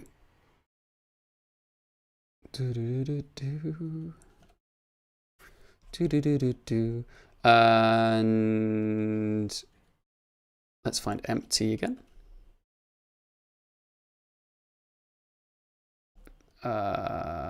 Okay, so in this case, we are using the decode module and the dynamic module. Okay, that's fine. Oh, is it? Wait, hold on. Is this not going to work again? I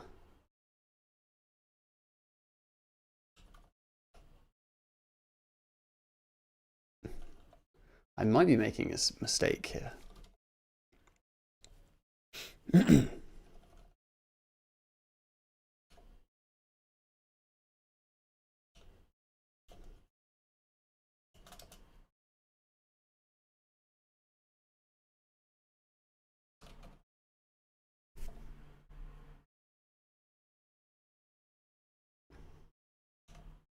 Yeah, because I need to return the name of the. This might be a mistake. Maybe I do need. Maybe just replicating it is the way to go, because I need to work out what the name is of the next thing, but only if I'm doing encoding. Is the fact that I let you do.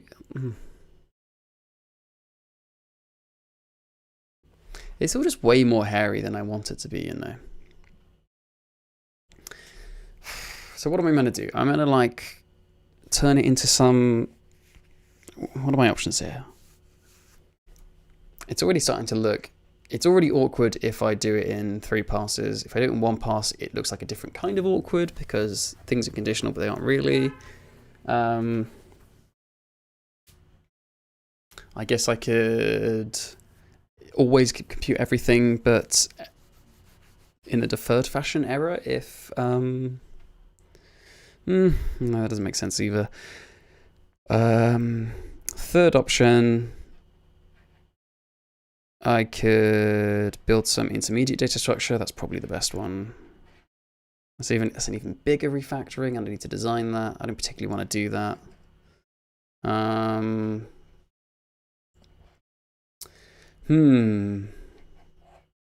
What are things I actually need? So when I'm doing encoding, I need to know what the any children, how to encode them, which I need to do if I have elements, values, or properties, or discriminators. I need to know what the type name of the children are if I'm doing any of those ones, because my type name will be based upon them. However, for... Oh, no. It won't be for properties and it won't be for... It won't be for properties, it won't be for discriminators. It will be for values and elements, because there's a list and dictionaries and they are generics.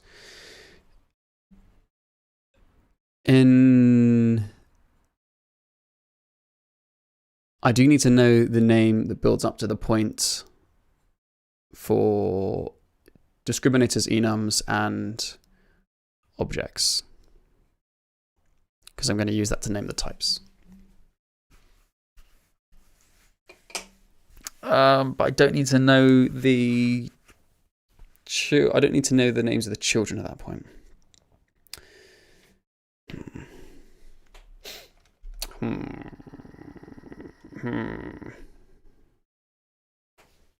Do I just go back to passing the name up? It seems to be the smallest refactoring. Should we see if I can just get away with it?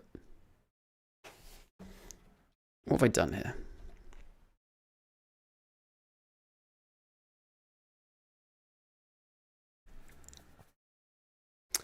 I probably should have committed before I started changing things. Before I changed my approach. Okay, so here's the one. It's when I do the gen type. I do have the name. Oh, that one's fine. That's not the one I'm worried about. It's this one. I need to know position name.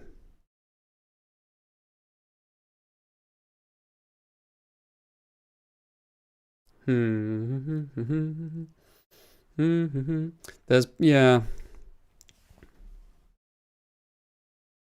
I'm going to have problems with shared constructors. That's annoying. I'm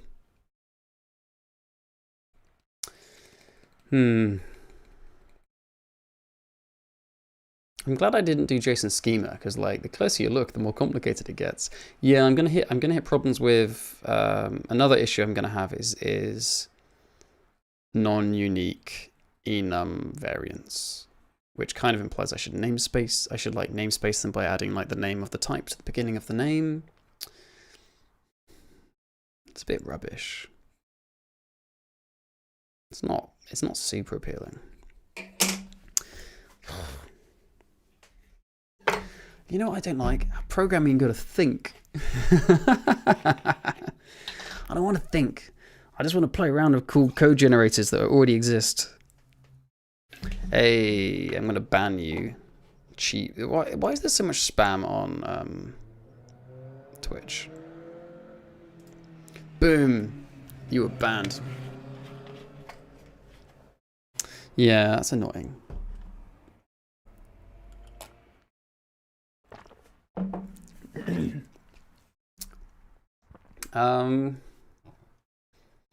Anyone got any particular opinions? Because I don't. I feel like I have painted myself not into a corner, but this is not the most comfortable way to do this, and it doesn't lend itself very well to some of the things we're going to want to do in the future. It would be really good to understand. Okay, I'm gonna have to make this intermediate AST, aren't I?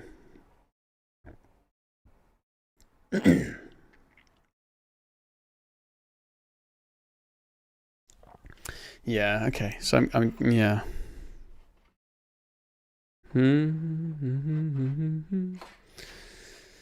Is that true?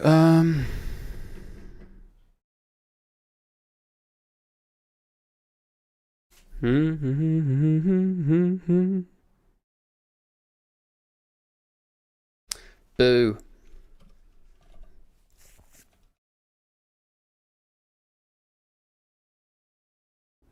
So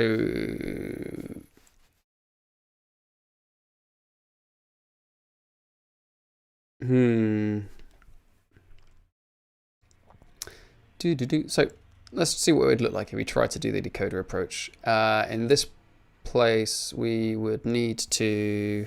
We always need to return the name of the type.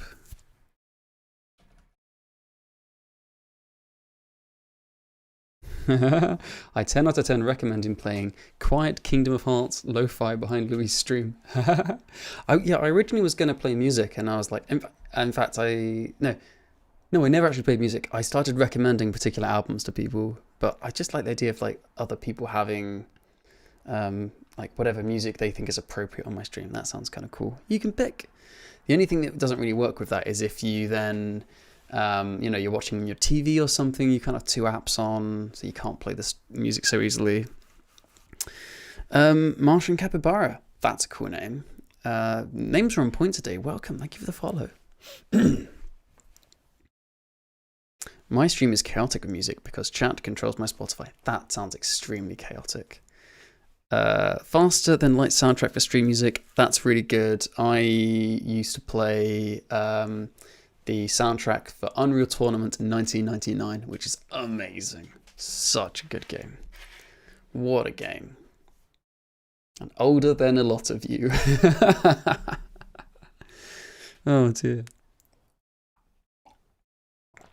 Back from a time when the idea of having a personal computer was still a bit like, So there would just be shops in shopping centres that just were a bunch of computers, and you would just give them some money and then just play 1990s video games in a mall. Good times. Good times. Yeah, this is a bit awkward, this whole thing. I'm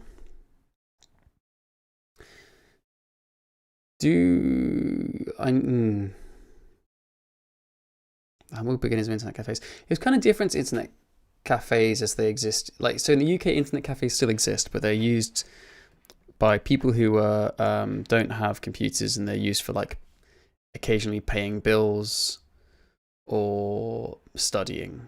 But you would never have anyone play video games in an internet cafe. It's not like they do in some other countries. But back then, we had video game cafes, and they were just like beige PCs with CRT monitors. It was great. I was like just there as like like 8 years old, and I'd just be like staring at some game that someone's playing. Super fun. Like, Mum, can I go watch the games? Because I couldn't play them. I didn't have any money. I wouldn't be able to. I just want to watch some Unreal Tournament or whatever. It was great. Yeah, I'm not happy with any of the approaches that are immediately coming forwards. I'm just going to undo to the 2 approach one, and I'm going to push it as far as I can, and then we'll see where it breaks, and then I'll hopefully learn something. Because I also don't want to do a big refactoring on stream so much. So I've got a name. The fact I don't use the generator at all is a bit suspect. I used to play a lot too. Those were the days. Hell yeah. Hey, C-Rose. Unreal Tournament was great. It was so good. I loved it. And Tribes, that was another game I was really into. I wasn't very good at Tribes because you needed a lot more finesse to play than Unreal Tournaments, because it had the whole skiing mechanic and it's really fast. But I could never quite get that down. But I will have the word Shazbot burnt into my brain forever. So I don't think we need the generator. That's quite interesting.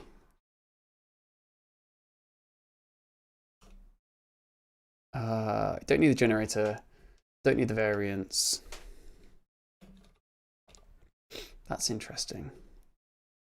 We do need position name.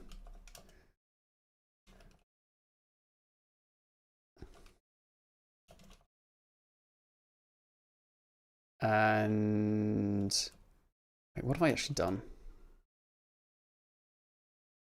Okay, yeah, that's fine. So here, I don't think we use the generator here. Oh no, we do. It's here, I don't think we need it.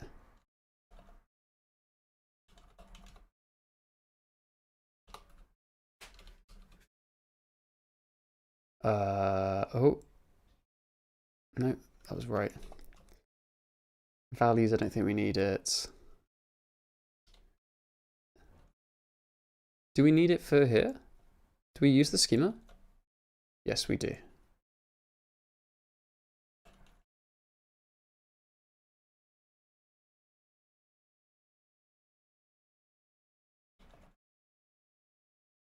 But for in schema, we need to have a position name.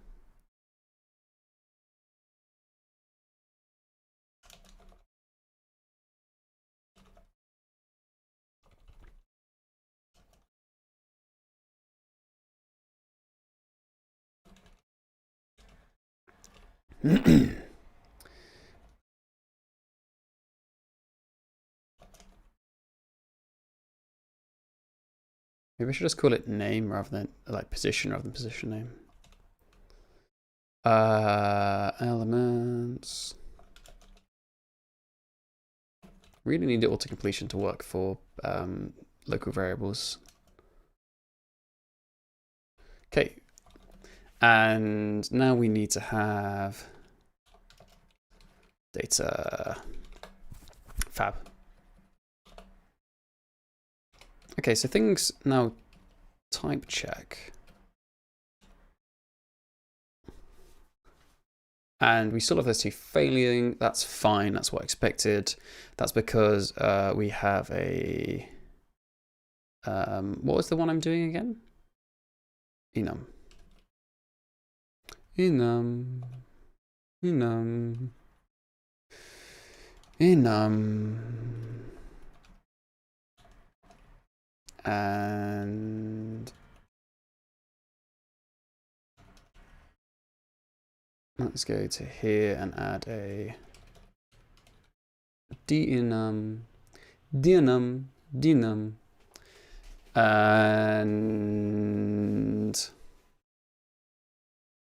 I need to find another D function and see what they look like. Okay, so I have a type name and a source. Okay. So I can just figure those out.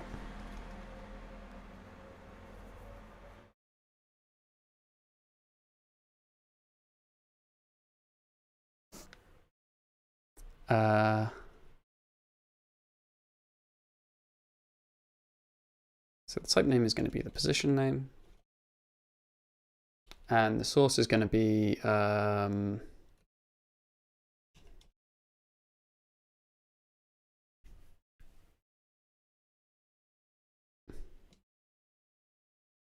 can't remember if I called them decode or decoder.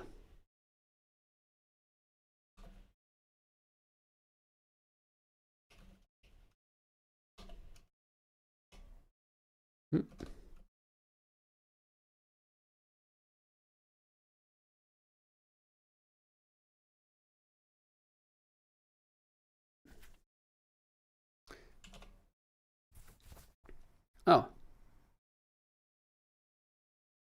Oh, that's because I'm mapping it here. Okay.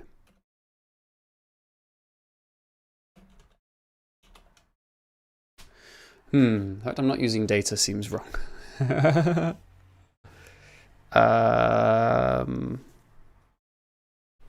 Why do I have data here? Oh, it's because I copied it from the other one, but there's no data when you're doing a decoder.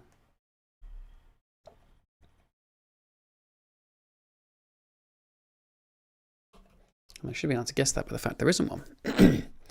Decode schema. Do I need to know that? Oh, I need to know the name of the decoding as well. Yeah, see, look, so there's always duplication between all of them that makes it look like it just is not meant to be like this. Do I even use the generator in this path either?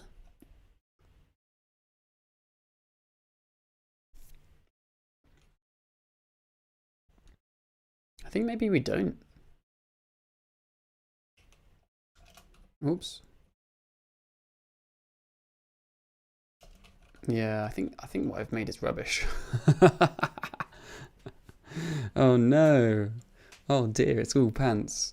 That's okay. We can make it like somewhat usable and then we can radically improve things later. It's not much code, like we're at 900 lines of code and that includes quite a lot of, eh? What are these? Don't know what those are. I don't know what that is either. Okay, there's less than 900 lines. Yeah, 900 lines of code. And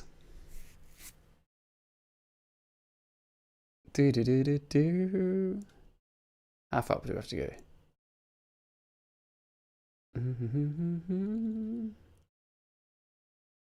Yeah, okay. So it's only like 450 lines of code so far. Don't need that. Don't need that. Don't need that. Don't need that. Don't need that. We do need position name though.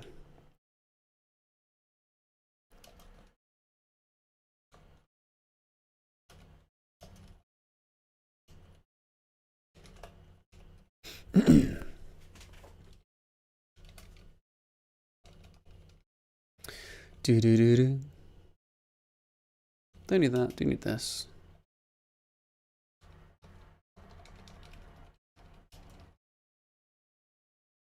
Don't need that.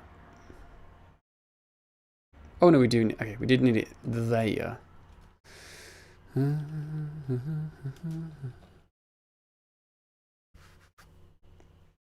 I'm getting a headache. That's annoying.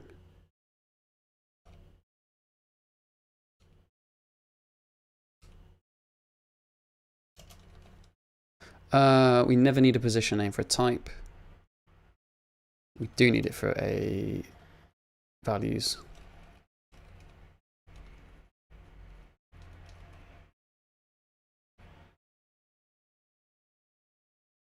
Okay.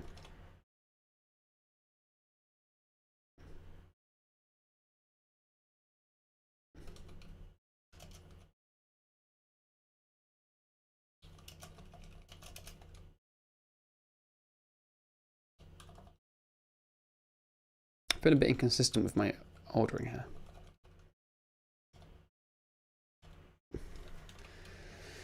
And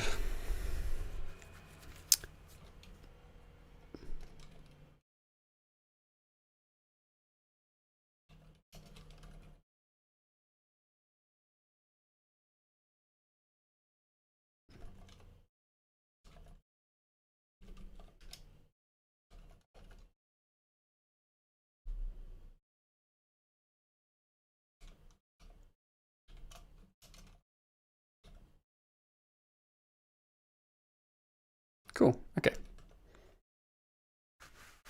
Good. Still got two things for. Oh, we do have snapshots though. What have we got here? That's not right. That's wrong. That's wrong. Gleam is so cool. Oh, thank you, Arif. Much appreciated. I'm glad you're enjoying it. That's wrong. There should be an error. I mean, that's correct. They're sort of correct. Oh, excuse me. Hey. That's wrong. I mean, it's close. It's closer. Okay, so what did we spot here? We spotted that when we are doing gen enum. Good. I'm glad I've got over my mild crisis. I can't remember what it looked like now. That's annoying.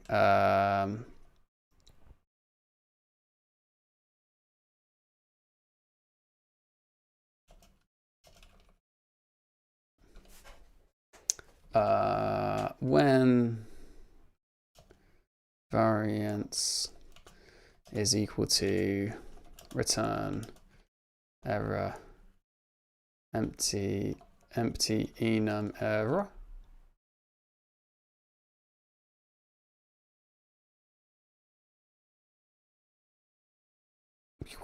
Oh no, there's too many errors.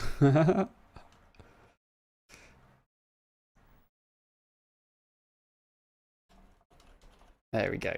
Empty enum error. Nice.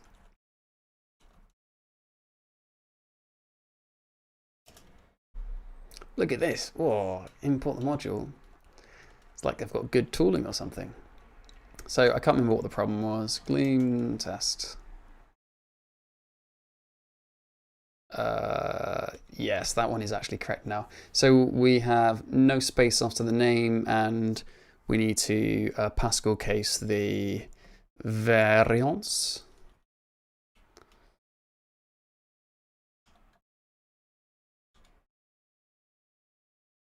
Oh, I don't think I was going to delete that. This is the wrong place to put it anyway.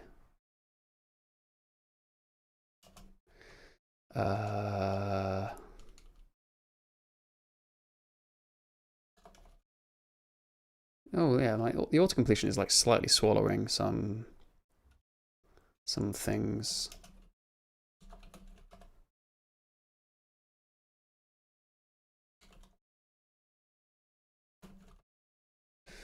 Okay. Okay, so that's closer, but I'm missing 2 generated functions. I'm missing one for generating an encoder and one for generating a decoder.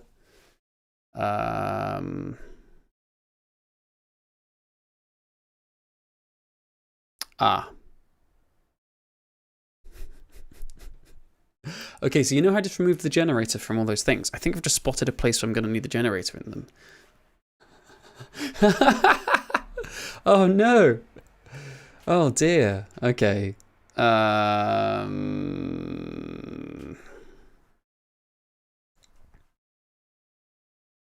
That's annoying.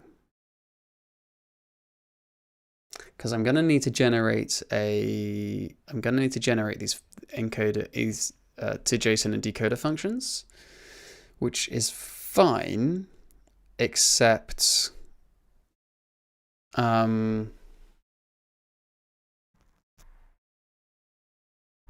is it fine?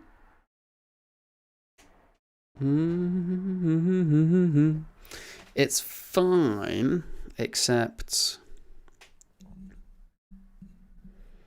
no, I don't need to generate them. These are not references, so I can just inline them. Okay. Yes, I'll do that. So let's get rid of that. Let's tackle, which is the fun one. Boom. Okay, so let's tackle which one do we want first? To JSON is simpler. Let's do to JSON. Enum. I don't want to do this. I want to do something. So the first thing I'm going to need to do is convert it to a string. How does the decoder library work?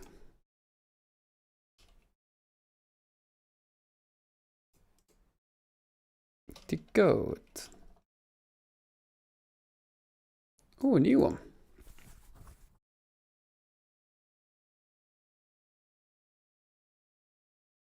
Here we go.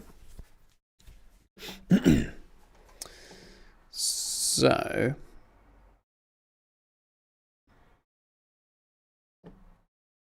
it's a bit annoying, the scroll bar on Safari.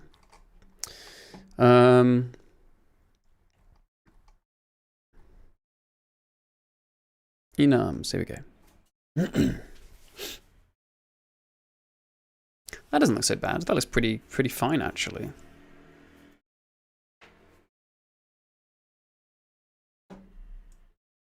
Okay.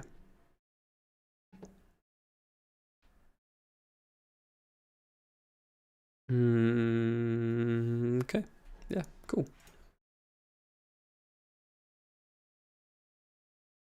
So the source can start with a nice curly bracket.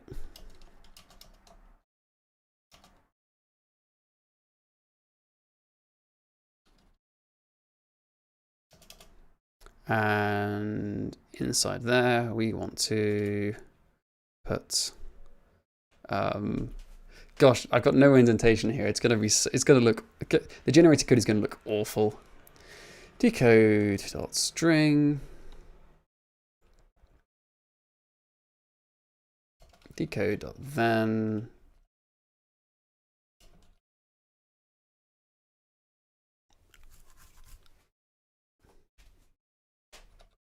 And in here, I want to say s.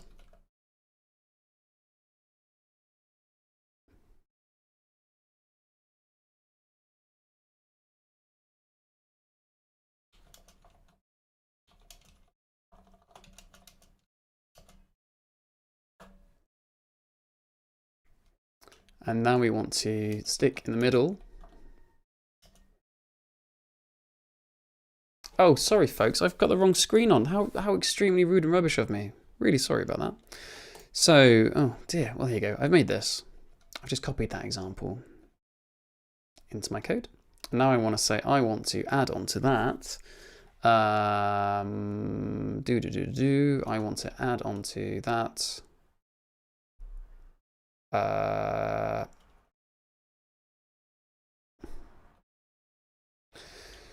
Let's map over my... Oh, I don't have the variance here.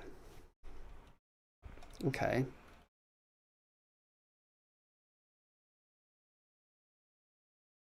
So I'm going to need those.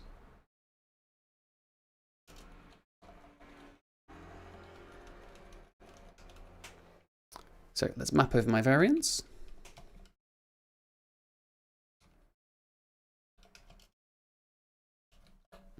And I need to stick onto that a bunch of spaces. 1, 2, 3. Oh no, it's got to be inside a string. 1, 2, 3, 4, 5, 6. Followed by just into Pascal case the variance. Followed by hello Charles, how's it going? Welcome, welcome. We're doing some Gleam programming. Oh no, this isn't wrong. No. No. This was right. We don't need to Pascal case it here. We need to Pascal case it here.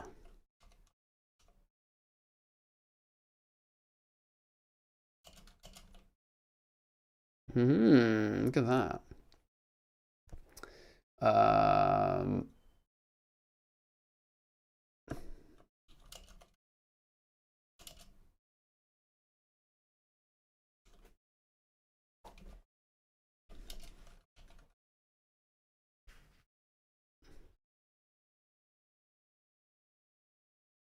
Nice.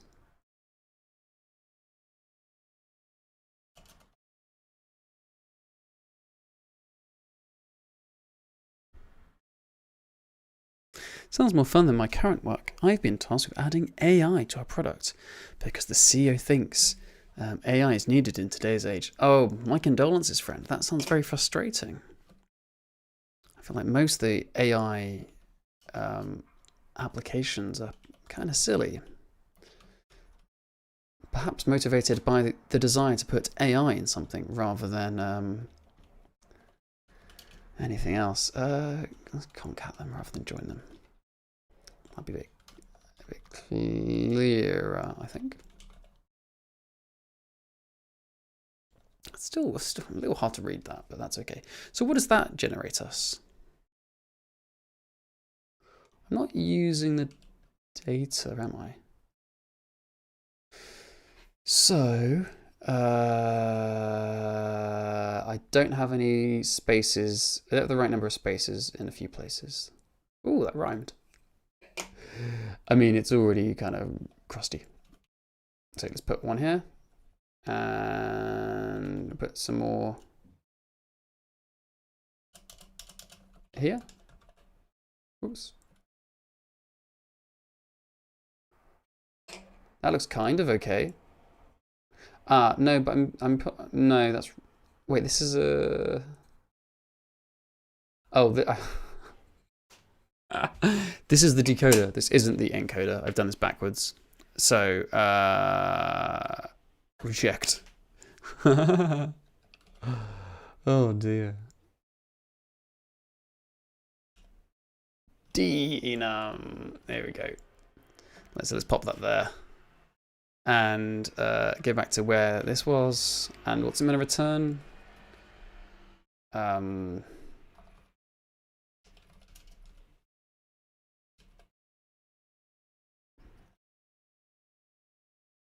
Oh dear, variants.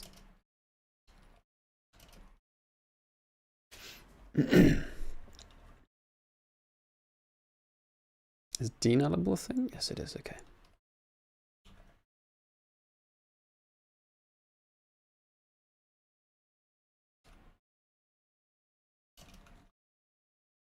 Okay, let's see what that does. Sounding crazy. Sounding crazy. I love AI. I hope all my tools give me almost correct answers and have to spend about 90% of my time correcting it. Yeah! Oh dear, what's it complain? Because it's meant to be a result.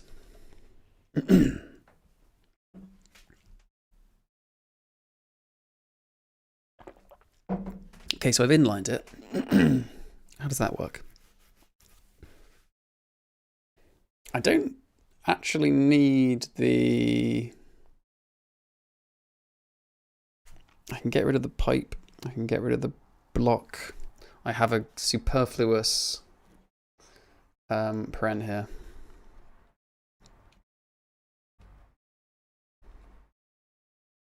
So get rid of the block. Right, I'm going to inline that here. I'm going to get rid of that. I'm going to get rid of that. And that should be here. That isn't needed.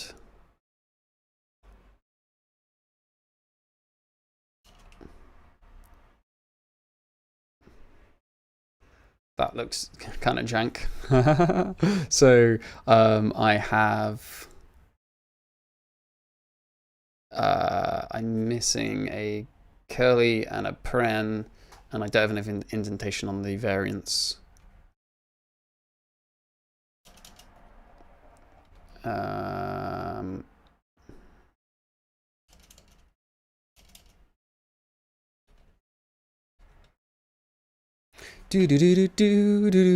no, that's all kinds of wrong again.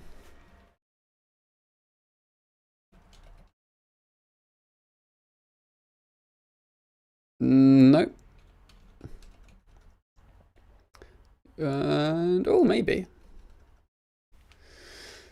Does that look more correct than this stuff?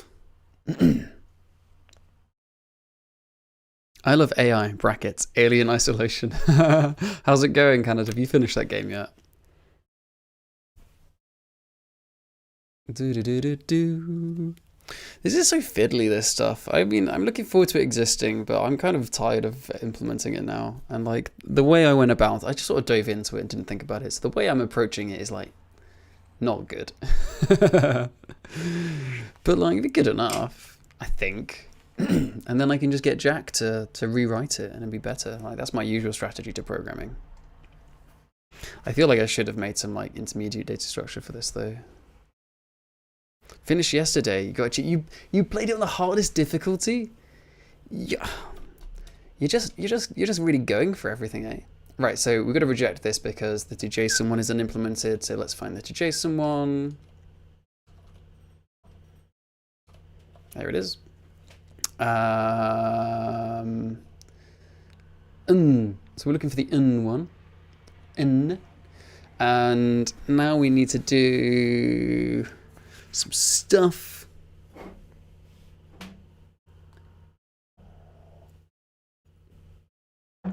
I'm trying to make the indentation make any kind of sense, but like, maybe that's pointless.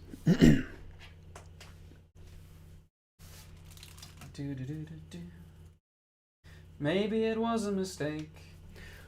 So like my computer hasn't died yet. Like all I've done is put the laptop on a different place on my desk, and the cooling problems seem to be like, touch wood, seem to be going pretty alright.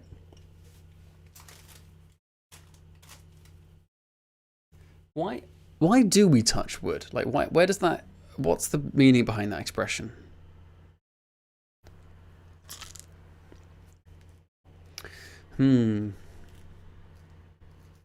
Oh, it's nearly 5 o'clock. It's pretty exciting. Maybe I should probably take a break or stop. It's been like 2.5 hours and I've done nothing but this.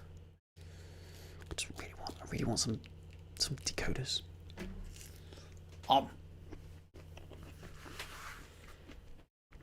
So the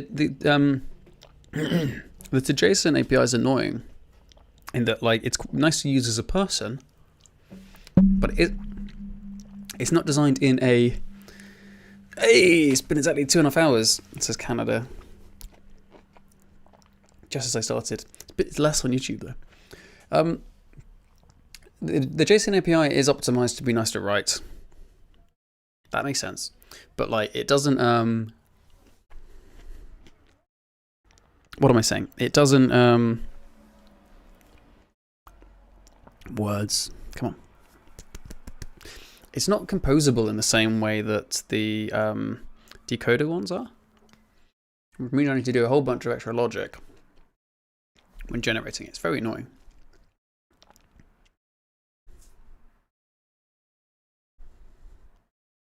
I also kind of want a code generator package rather than me.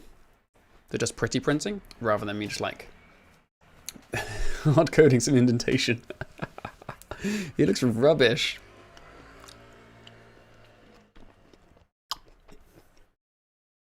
Okay, right, so. I mean, we've got to, so the thing is you can just run Gleam format and that will format everything, but it would be nice if you didn't have to do that. Just curious, why is it named option? In Swift it's called optional. I think that's because it's what there's a bunch of other languages that call it option. It just seemed to be the most common name when I was looking around. You asked that question like half an hour ago and I'm just replying to it now. Oh dear. Okay, so what on earth does an N function do? Lots of rubbish. Lots of rubbish. I need to. There's like two cases here. There's like if it's and everything being potentially nullable makes it like twice as difficult. So,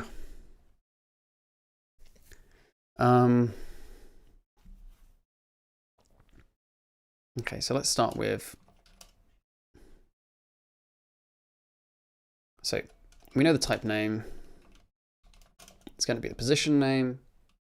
That can be customizable later. Let's say that the source is going to be case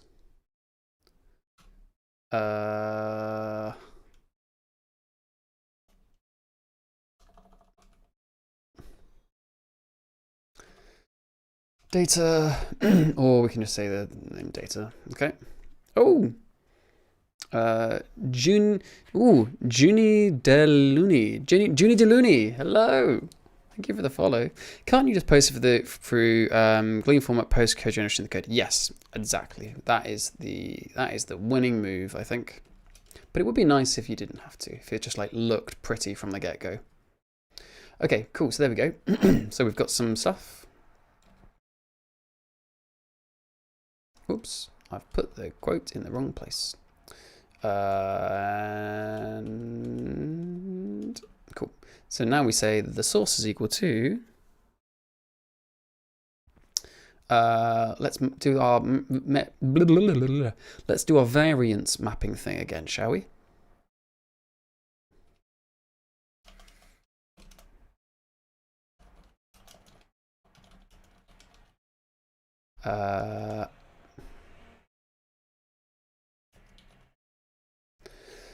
Do.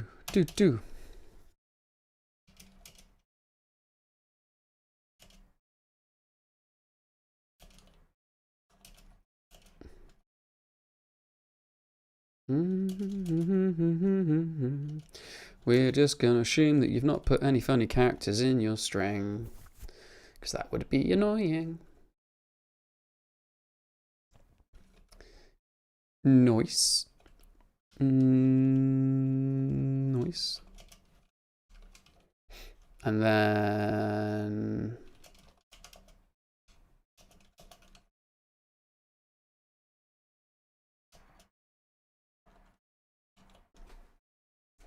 Okay, so what does that look like?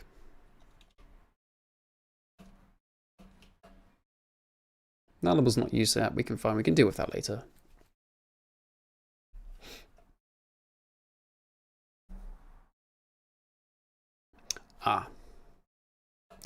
We actually need to call the JSON constructor in each one of these things, though.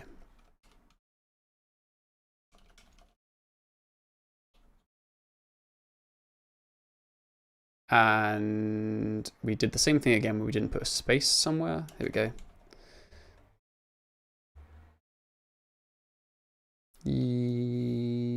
Yes. Okay. What are you up to? Just joined from South Africa, by the way. Hey, yeah, so we're doing a bit of Gleam programming. Gleam, this lovely language. Gleam, for which the mascot slash Lucy? Mascot slash logo is the lovely Lucy. This is slightly the wrong color, but whatever. And we are making a library that takes a schema format for JSON called JSON Typedef, which is a very nice looking little format, and it generates some Gleam code which you can then run to, in a type safe way, take JSON data that's supposed to adhere to this schema but may not, and turn it into structured data inside Gleam. It's all well typed and lovely. And code that goes the other way, so it turns it from Gleam data into JSON. So possibly remove some boilerplate, possibly could be the basis of code for helping you interact with JSON-based things, like you could generate clients and servers, all the boilerplate for them, make a facade in front of a JSON-based database, that kind of jazz. So lots of stuff. Death for life. Hello, welcome. Thanks for following. But mostly I'm just sort of fumbling around because the design I've gone for isn't great, and I'm too lazy to change it now. So, c'est la vie, you know. What are you gonna do? Oh no! Oh dear! It's all gone wrong. Okay, it's good. So that's cool, but we kind of need some other places. So, for example, what would happen if? So that one is actually correct.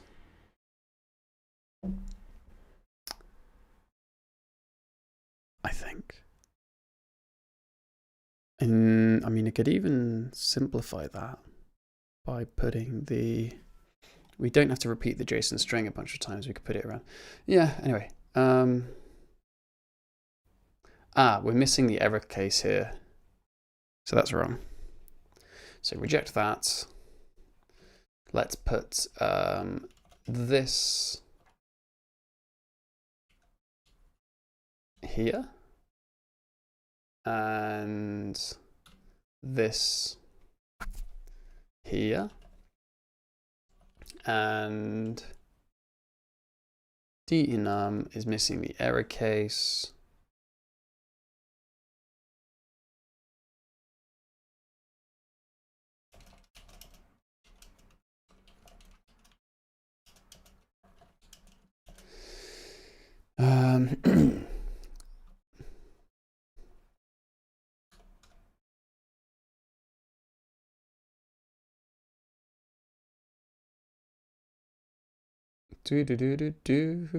S is good S. So if it is anything else, then we want to say decode fail of position name.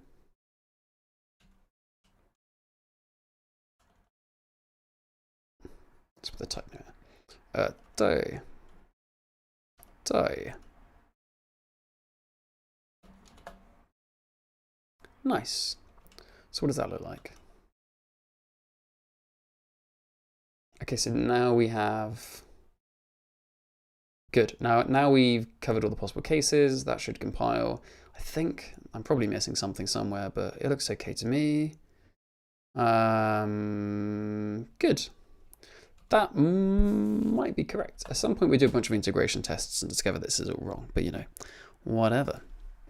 That's future me's problem. Hello, greetings from Argentina. Hello, hello. How are things over in Argentina? How's the weather? It's kind of grey here, as to be expected in London. Good, so let's write some more tests that demonstrate why my code is rubbish. Enum directions, let's say this is an element, enum directions, and so this pace, oh, Atom Canister, hey, thanks for following. How you doing? What have you been up to? It's sunny and 18 degrees, nice. That's a nice comfortable temperature. It is, wow, it's like 23 degrees in my flat. I've become really used to warm temperature. I would have previously thought that was a bit much. Or maybe that's just my thermometer's too close to my laptop. No, it's okay. I'm dead happy that my laptop's keeping cool even though I've been streaming for like 3 hours. I was really struggling previously. So I want to have an elements. Can't remember what elements do. Yeah, I know that, but like, I think I need to say false, no metadata, and then an inner type. Okay. And then I think this would generate invalid stuff. Oh, I didn't do the snapshot right.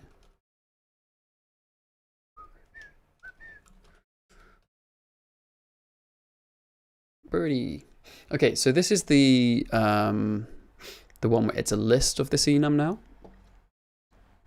And so it's, the type name looks like correct. So it's data element. Nice. The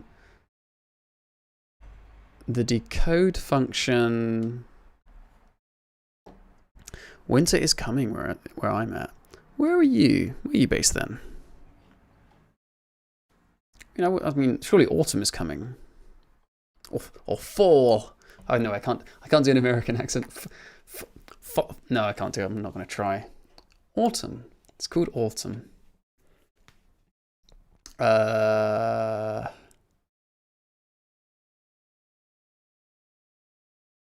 list of.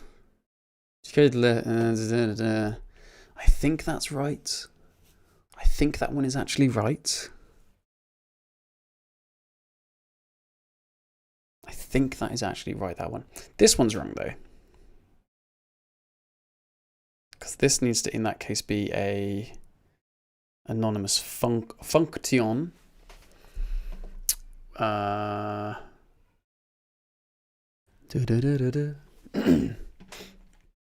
Yeah, this is wrong. USA. Yeah, because look here, you see like we're referencing data here to say like, hey, the data is a list of things. So we pass it into this array constructor, and then it's going to map across to a function here. But this isn't a function. This is just building up one value, and it's doing it by pattern match. It's saying it's a string, which we don't want a string, we want a function. And it is using the data value again here, but it's using it incorrectly because this is a list of data and it's using it as one. So really we need to insert a function here. Okay. And that's also not nonsense. Okay, so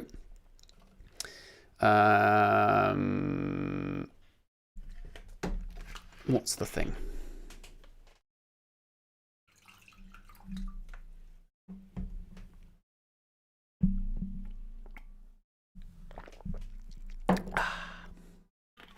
Stay hydrated, folks.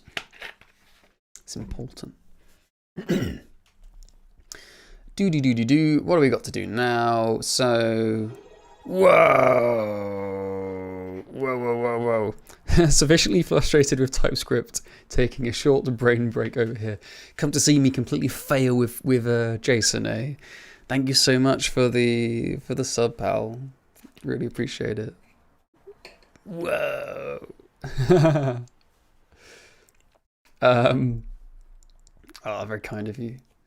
Do. That's like how much is a sub? I've no idea. Is it like $3 or something? For me, I don't know what it costs you.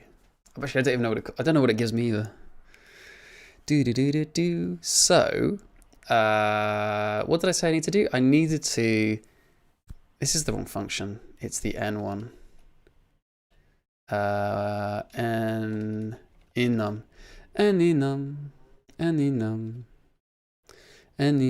Oh, I need to do the nullable thing as well.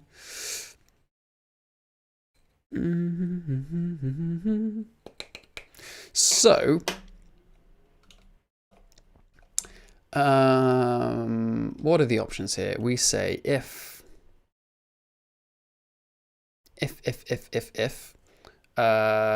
let source is equal to what are we trying to do here? We're trying to solve if data exists or not. None. In which case we just return it as it was. But if it's some, then we want to wrap the other thing in anonymous function.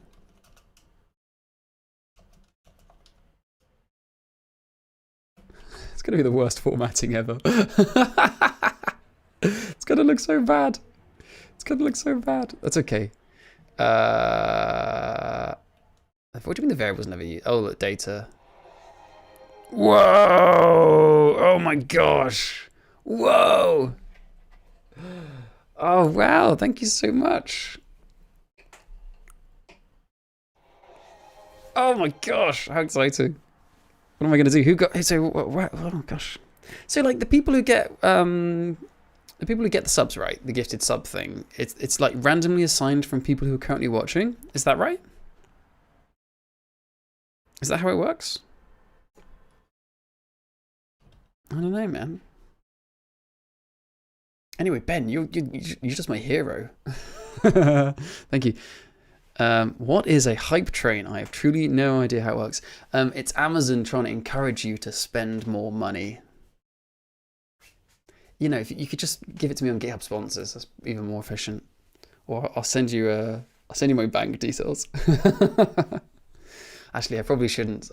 Twitch probably don't like me telling you not to give them money, eh? It worked, didn't it? Yeah. Yeah. I'm going to use it to buy a coffee. Oh, the sun's coming out. That's exciting. Does that mean my green screen's going to stop working properly in a minute?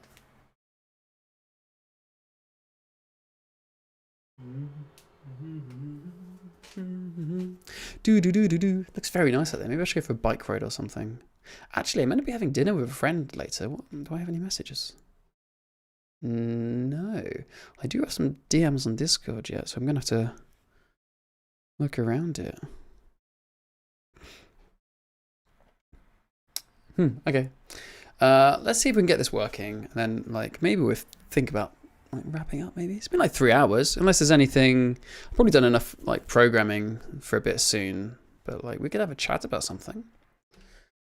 I don't know what we talk about, but like, I always enjoy chatting. Okay, so this is this a new one? Element enum directions tests. So it is a list, a list of a non-nullable list that contains non-nullable up, down, left, right. Okay. Oh, a Gleam stream on a Monday. What a week! Well, you know, I'm going to try and do more of these, you know. I had a break because it was too hot and I went on holiday and then I was doing something else. I can't remember what it was, like things. So just try and get the momentum up. Have fun. What did you make today? I've been at work. I've been making a code generator based around the JSON Typedef format, which is like JSON schema, but I like it more. To generate encoders and decoders for JSON /dynamic. And Yeah, it seems pretty nice so far. I have not picked, I think, a particularly good design for the code I've written, so it's not. I'm not loving how I've made it so far, but it seems to be I haven't got stuck yet. I keep coming up to bits and being like, and then thinking about rewriting it, and then having a small panic / breakdown for like 5 minutes, and then going, oh, no, let's just go back to where we were. And it seems to be going okay. It's kind of crusty. Thank you very much. Oh, I just knocked my hat off. I did my nails the other day as well, so they're all a bit messed up now. But like, jazz hands. No, was it jazz hands and twinkle fingers? I also like JSON Typedef. Very good taste. Thank you. Yeah, the type system maps onto Gleams quite well, which that's what jumped out at me and thought, well, let's lean into this. So I'm interested. So what is my green? Oh, that's off screen. So yeah, my green screen looks like it's going to stop working soon.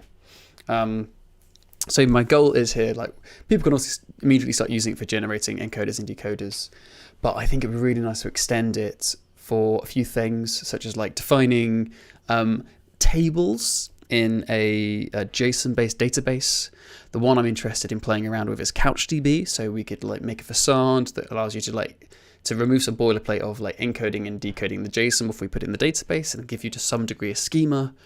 Because you've got to do schema-side validation with those unstructured databases. I think that could be really fun and potentially really useful. I'd like to have, like, Squirrel makes Postgres really good. I would be interested in having something similar for a database that gives you a different set of, that's good for a different set of use cases. So I think CouchDB could be really good for that.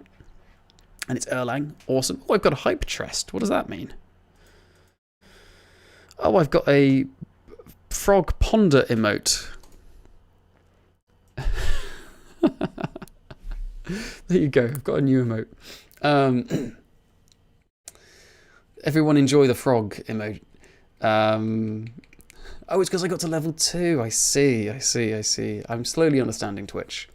And the other thing you could do with it is, if you could extend it to just be not about describing payloads, we could make, and I've messaged them about this, but they've not replied. If there's maybe we could have like a JSON service def format, which is like the same thing but expands it a bit in the same way that Open API is an extension of JSON schema, I think it is, maybe, but just like a less bonkers confusing version. And then we could use that to generate stubs for type safe JSON APIs. I could generate a bunch of like a Wisp handler for you that you could mount in your Wisp application, and then just provide the implementations. I think that could be really cool. Yeah, just a bunch of good stuff, Pretty exciting. Anything else? Am I missing anything else? Probably. Smithy situation, yeah, maybe. I'm not sure really. Smithy looks cool.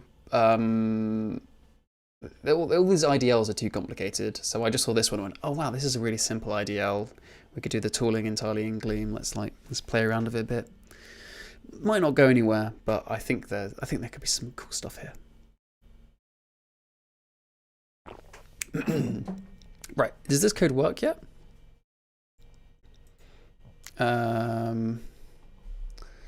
So it's a list of data.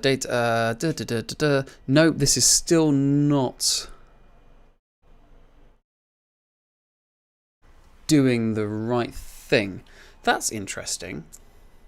It's because it's backwards. And that's because I'm doing it when, yes, that's wrong. That's going to be here and that's going to be here. Instead of call it data.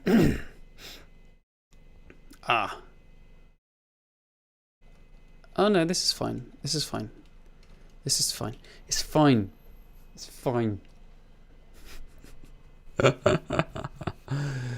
Okay, So yeah, this is correct now. Okay, so that looks right, except I haven't imported the JSON module. So that's wrong. Where do we do that? And schema? We should do it in gen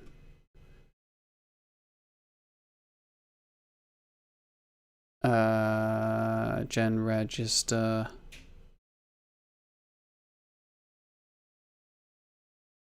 Whoops.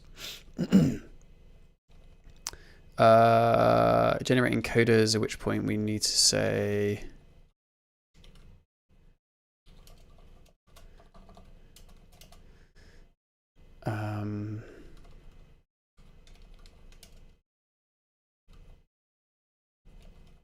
is that a thing? Oh.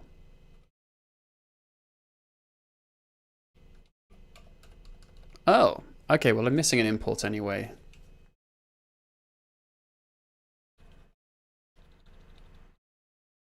Oh no, I don't need to say that. I can just do it when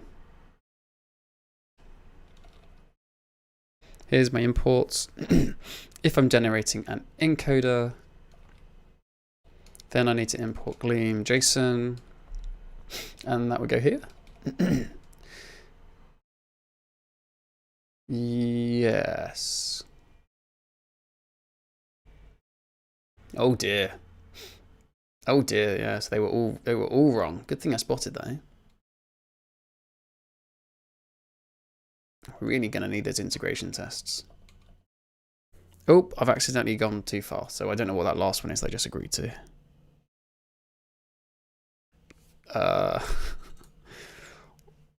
Could be right. I've been a bit too keen. Okay, cool. Passing in a case expression to result map on the right hand side of a use statement, I'm telling a mod. That's good. I do that all the time. What are you on about? What's wrong with that? Is this nice? This is the yes, and the tool I was just using then to go through my snapshots is Birdie, which is a snapshot testing library for Gleam. It's really good. It's made by Jack, who earlier was like, "Here's some cool news," and then just left and didn't tell us any of the details. So rude. Zedwebs, hello, howdy, and TB Schneider, hello. I thought the party line was to pass in a named function or a short pipeline. I think the party line is not to do currying stuff inside it, but other than that, you can do whatever you want. Case expressions are pretty clear. I think case expressions are like one of the most easy to understand things. Oh, my cat's woken up. Are you going to start complaining, newbie?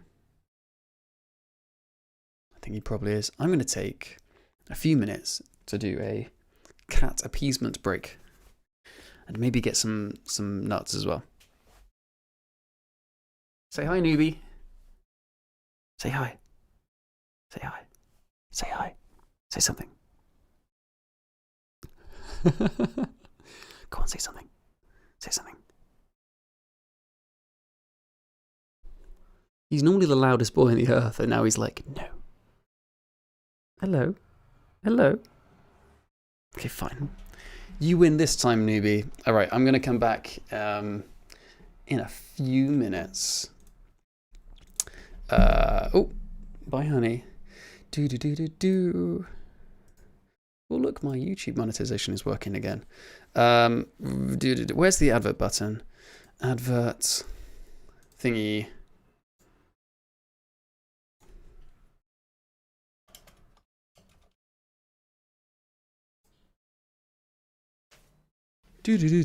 Bye bye.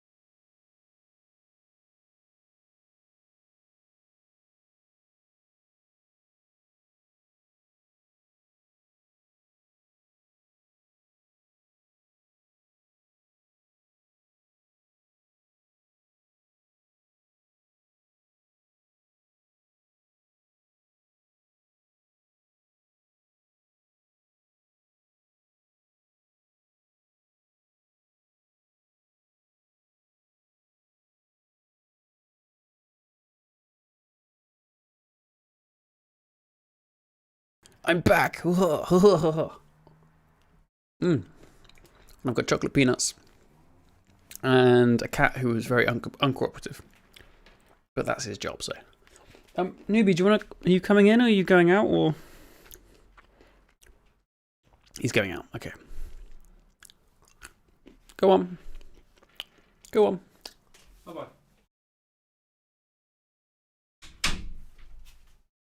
All right. All right. Gotta run back to work. See you, dude. Thank you for the subs. Also, chocolate peanuts. So good.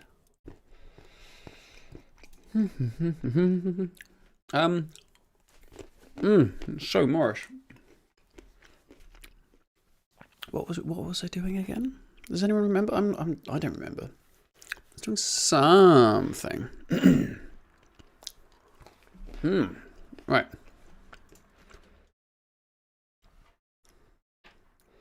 Oh no. I was doing JSON. Thank you, Canada Honk. Very helpful.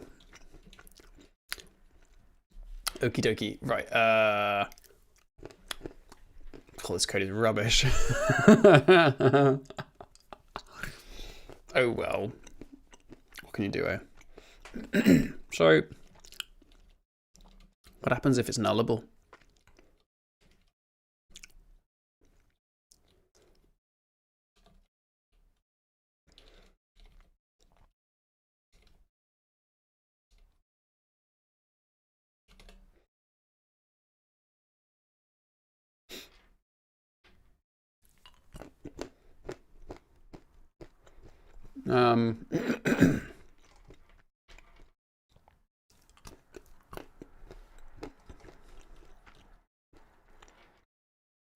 So we have a decoder, excuse me, a decoder of a list of optional data.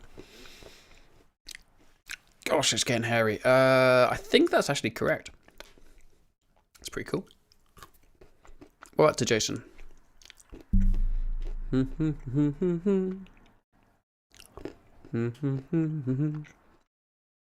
No, that's wrong.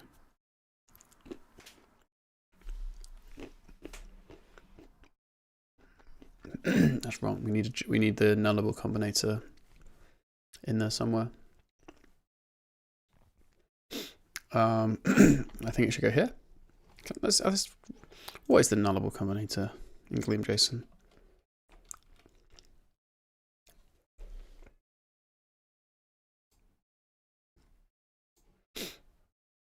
So the input goes in the first place and the inner type goes in the second position.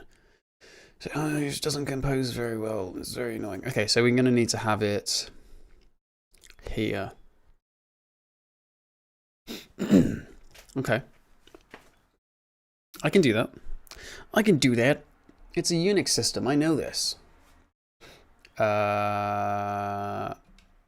am I looking for? I'm looking for enum.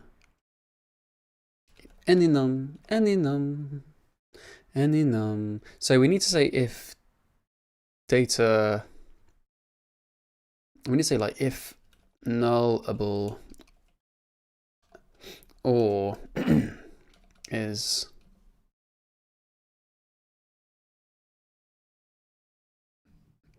option that is none data. I don't even need these. I can just say like option data.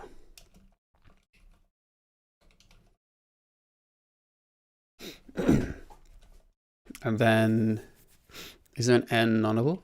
And nullable that takes in a. I don't know which way around the options go.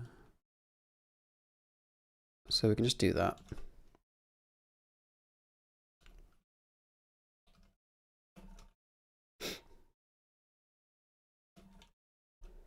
I think that works. Oh dear. Well, I don't think it's going to have changed things, so. Okay, so the nullable one is now. I think that's correct.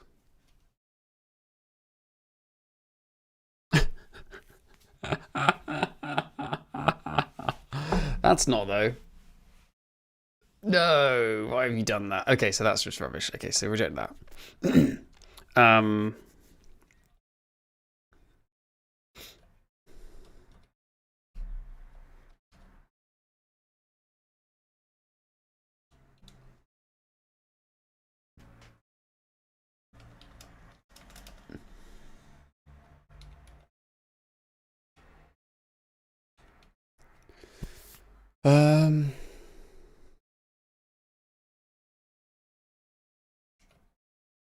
oh,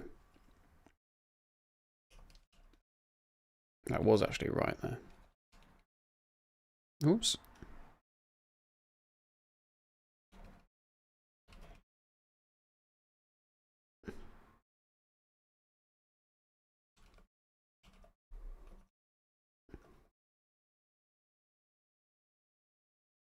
What? Oh, because I accepted it the last time around. Okay. Oh, maybe it's working. Okay, so we got enums. It's a bit the code's a bit ugly. You know, really good solution to ugly code. You just don't look at it. Oh, problems go away. Oh, out of sight, out of mind. It feels so much better. Oh. You know what? I think that like people spend a bit too much time worrying about code looking pretty. Like, just don't look at it. Like, you don't think about code that's been like running in production is like fine, like just doing the thing. Like, who cares? You care about code being understandable. I mean, I don't think the code, like, you look at it and go like, oh wow, that's really complicated. What's it doing? It's like, okay, it's a bunch of nested logic. There could be a logic bug in it that I have to fix at some point, but like, it's probably fine. It's probably fine. It slows me down so much when I care. Yes, Justin's right. Just don't care. Just go, whatever. Like, let's all adopt that. I feel like the PHP community and the Go community don't get hung up so much on like making things fancy and beautiful. They just make stuff. That's really cool. I like that. Let's just crack on and make things. Okie dokie. So, what is the next thing? Excuse me. That's what Laravel's for. Hell yeah. Laravel looks really nice. I worked with it. When did I work with it? A long time ago. I'd have to look at my LinkedIn to work out when did I work at that place. I worked at a absolutely horrendous company, just an awful company called Rolly in 2015, and we had some Rails app. It was mostly like C++ hardware stuff, but like we had some web stuff. Some of it was in Rails, some of it was in Laravel. I mean, I only really saw the basics of Laravel, but like it seemed pretty decent. It was a little easier to follow than the Rails because it didn't have quite so much magic. It feels like it's a whole different beast now, but like it looked pretty cool. I didn't understand Composer, but I just didn't study it long enough to understand. What year is it? Gosh, I've been doing this professionally for a while now.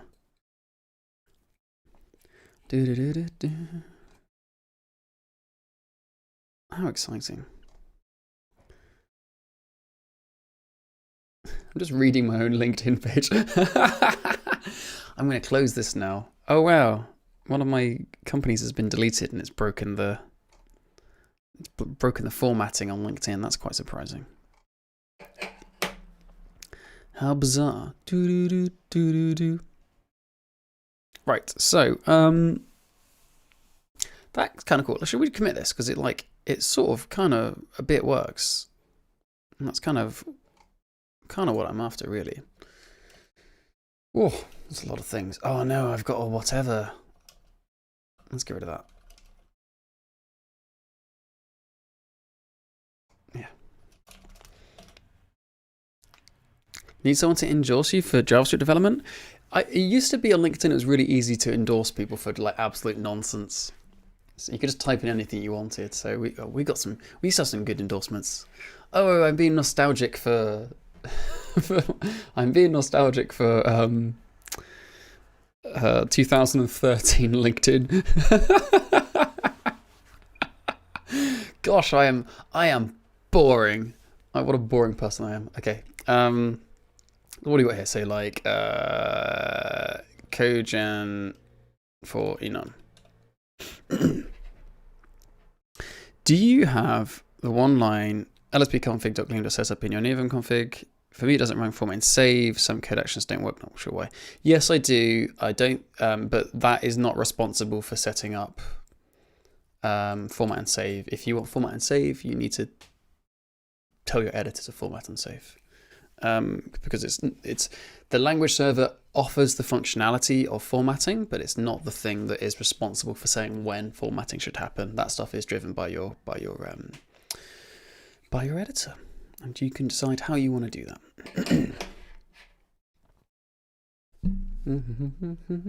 I don't know what you mean by certain code actions don't work though. What code actions are you finding don't work?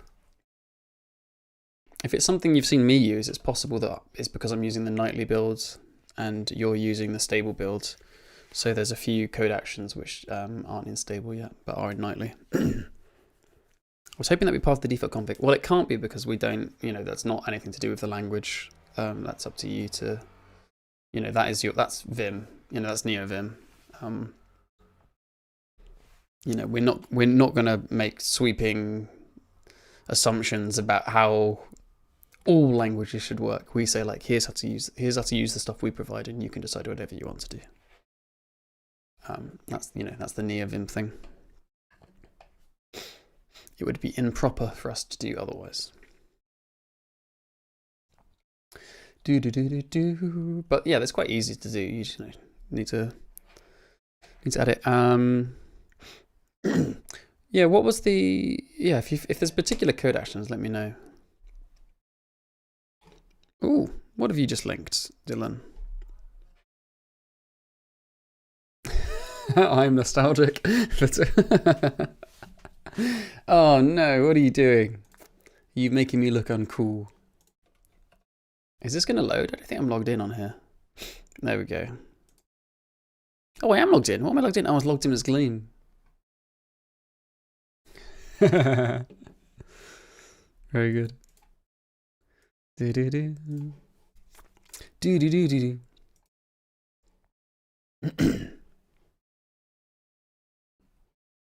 Gosh, I am very boring, aren't I? It's nearly 6 o'clock. Wow, we've been doing this for ages. I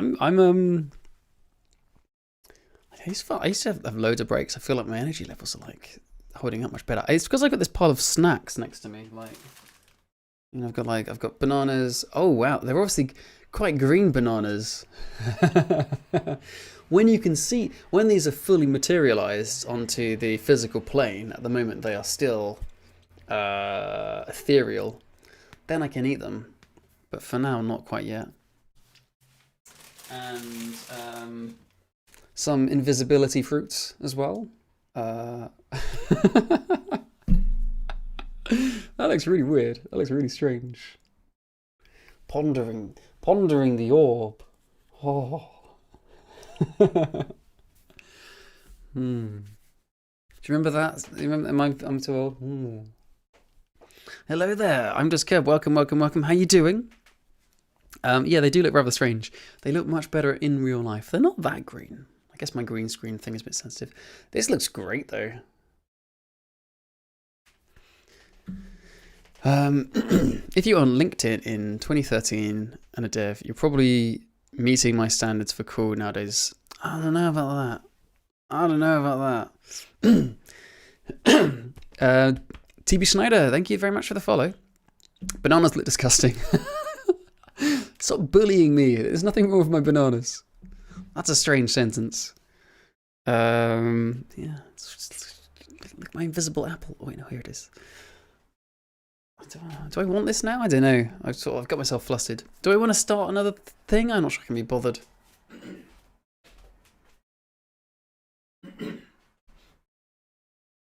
Maybe it'd be fun to just like do a code generator thing like right now. The Gen Zs on my team tell me I use the wrong emojis and GIFs aren't cool and ankle socks are out, you just gotta embrace it. Like, you just gotta be like, yeah, I'm doing my own thing. Yeah, I'm rocking embarrassing dad energy. That's what I'm after. I want everyone around me to be like, oh, oh no, and I'm like, yeah, it's happening. Nothing you can do can stop me. Peak millennial core. Man, I just still, I don't know.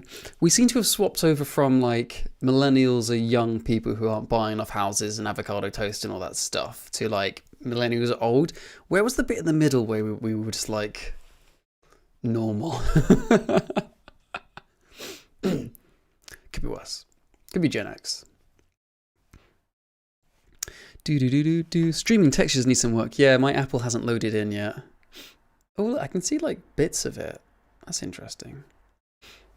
Yeah, it has been a real fast switch, hasn't it? Like, it felt like it was like, I don't know, like late spring this year. Like, it just changed. What was the event? Millennial core. I like that. That's funny. I still think we should call. I think we should just like start calling them Gen Y. Why? Gen Y. It makes more sense. It will save your wrist. Brat summer. Oh wow, is that what it is? Were we not bratty enough? We that's when it became clear that we were not with it. What do we want to do? What have we got left? Discriminator, ref, properties. That's pretty good. I hope you're enjoying my programming language. Did you invent Gleam? Is the creator of Gleam in the chat? That's cool. Whoa, that's amazing. Everybody should sponsor Frying Wok on GitHub sponsors. And you buy some Gleam merch from merch.gleam.run and click on the Code Crafters referral link in the description, and then you tell your boss to, you know, sign you up? Yeah, to like buy a plan or whatever. I don't care. Whatever. Tell me what you want to add, and I'll add it. What would be the best thing to add to Gleam? Gleam energy drinks. Oh, that'd be cool. That'd be really cool to go with to put it to my Gleam coaster. When will Gleam be self-hosted? Yeah, that's a good question. Yeah, we're sort of trialing a store. It's it's set up. It's not one of those big dropshipping printing places. It's like dropshipping. That's the wrong term, is it? It's not one of the big printing companies. It's like a small family business started up by an old friend of mine. Because we're trying to do all like ethical and stuff. And so we're ironing out we're ironing it all out and figuring it all out, which is quite fun. But I haven't put it all over the website yet because I want to make sure that the first people are like, you know, do it hand in hand. And if you go to the Discord, there's a merch channel which you can chat to people. I was hoping people would share pictures of their merch, but they just haven't yet. Please redirect questions to my secretary, please. Oh, I see. Yeah, that's the Gleam vibe. Like middle management bureaucracy is like the feel we're going for in this community.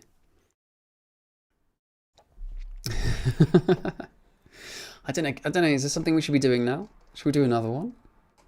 I'm not sure I can be bothered. We've got ref. Ref could be nice. I don't know how we track if ref works. What other to-dos are there? Discriminator should be nullable. Decoder annotation is wrong.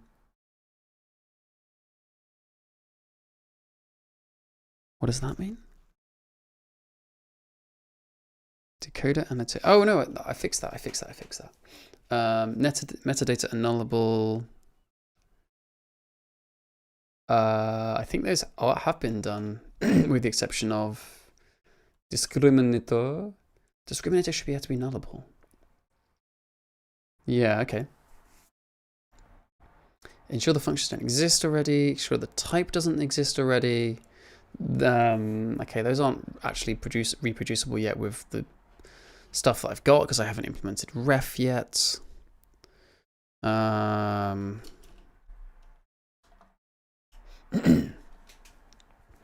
I could try and do nullable for nullable. Discriminator should be nullable. Okay, let's do that. So discriminator should be nullable. Does that mean everything's nullable now? No, empty's not nullable.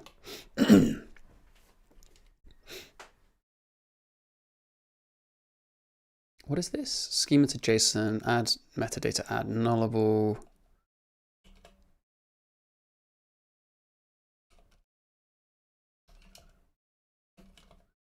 Okay, and to JSON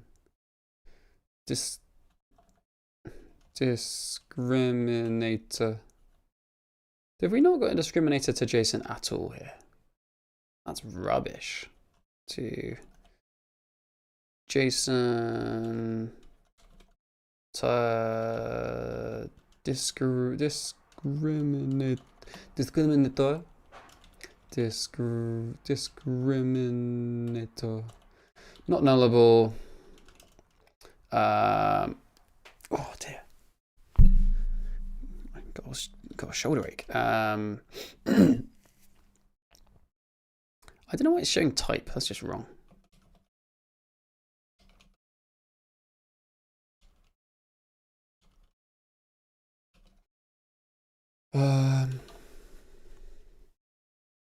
That's just wrong. Why is it showing that?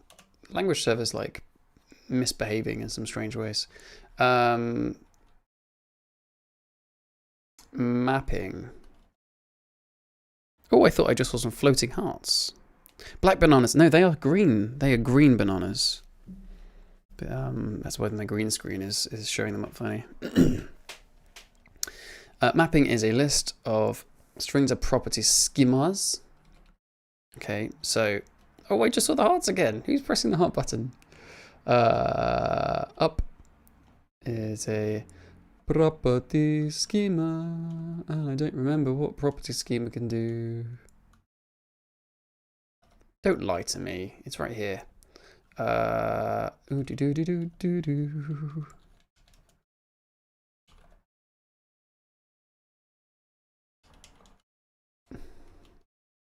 And what are these? These are string schema. Oh gosh. Okay, so up. And this will be a type of. Gosh, it's okay. I see why I didn't make a test for this now. It's quite hairy. And let's make this an int.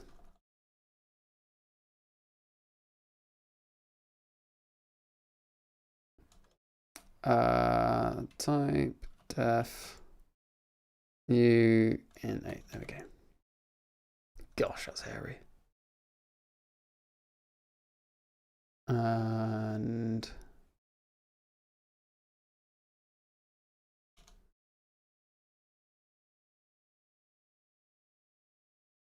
let's do a float just for the fun of it. Okay, cool. So now if we run, it's discriminator, decode discriminator.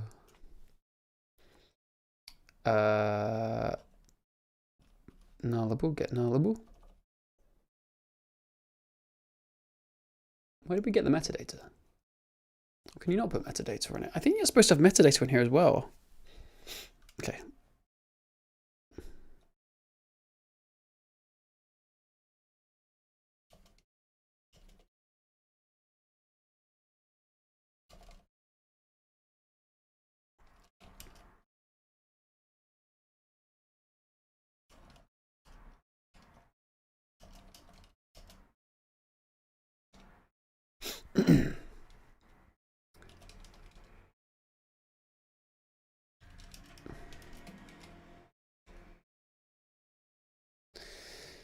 And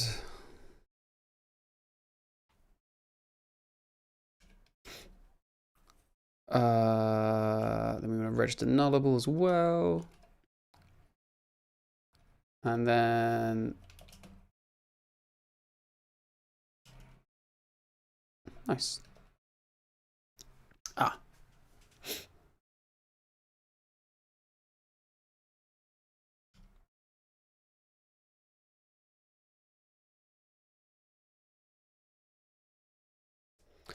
Boom.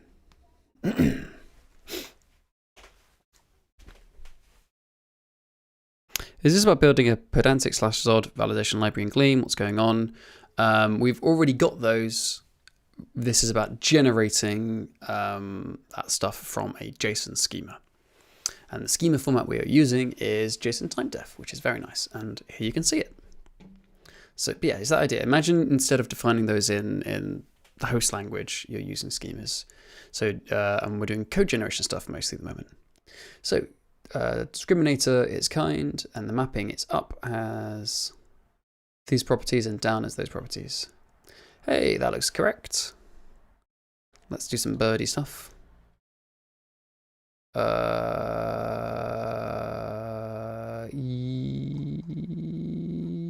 Yes. I should add one for passing that as well. So,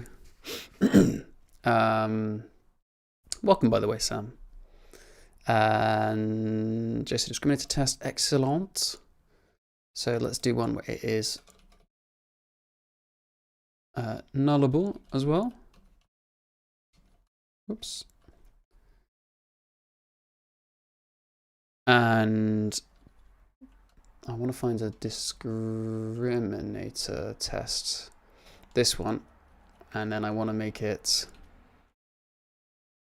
nullable.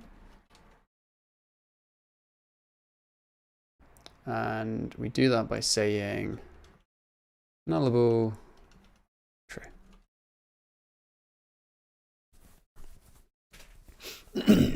Oops. So nullable true, nullable true. Nice. Select that. And to JSON discriminator nullable tests. I'm not seeing a nullable thing there. So that looks wrong.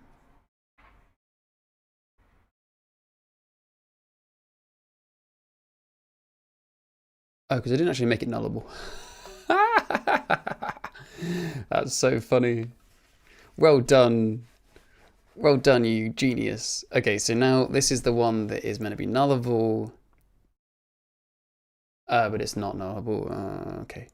This is the one that is not going to be nullable, and it is not nullable. Okay, so this is just because I'm a fool. This is the nullable one. Nullable test. And where's the... Yeah, I just mixed the names up.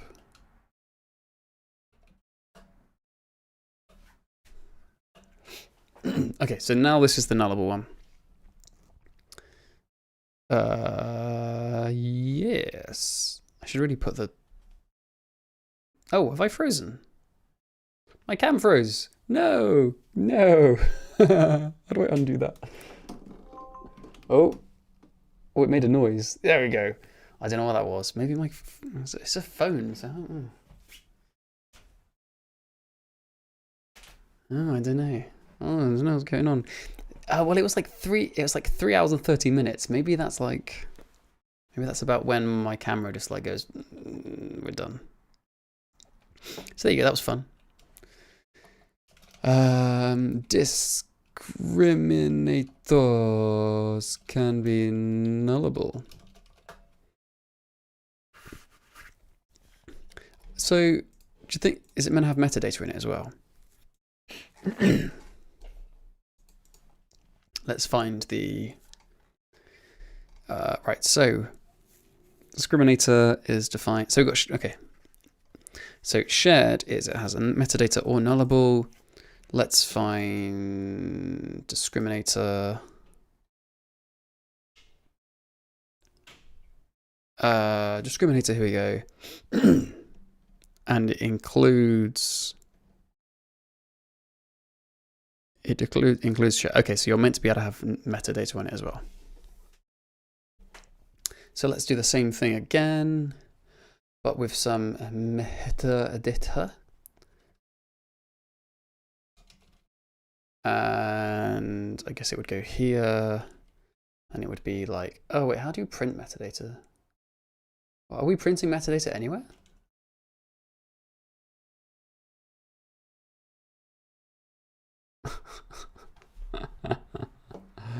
Oh no, it's all gone Pete Tong. Okay, I'm gonna have to revisit that metadata design, but I can do the other bits. So, discriminator. There we go.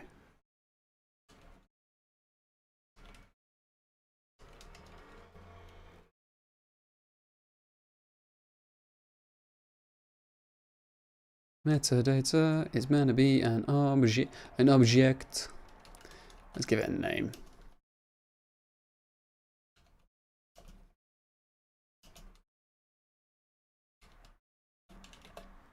Cool.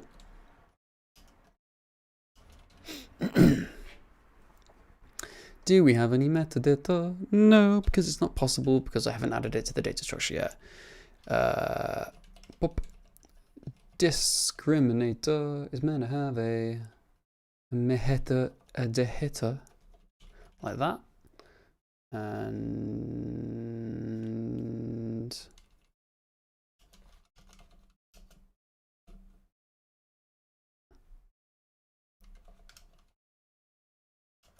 what is this? Decode discriminator. Okay, so we need to pop in a metadata as well.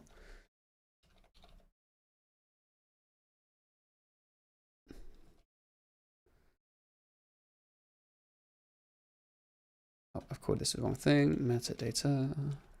Whoops.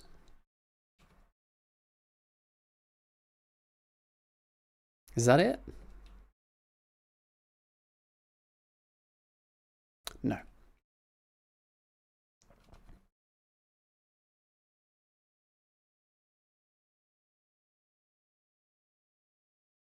What is this function? We are registering properties, okay.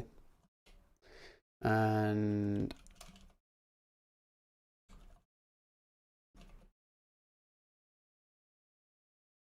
now the tests need updating.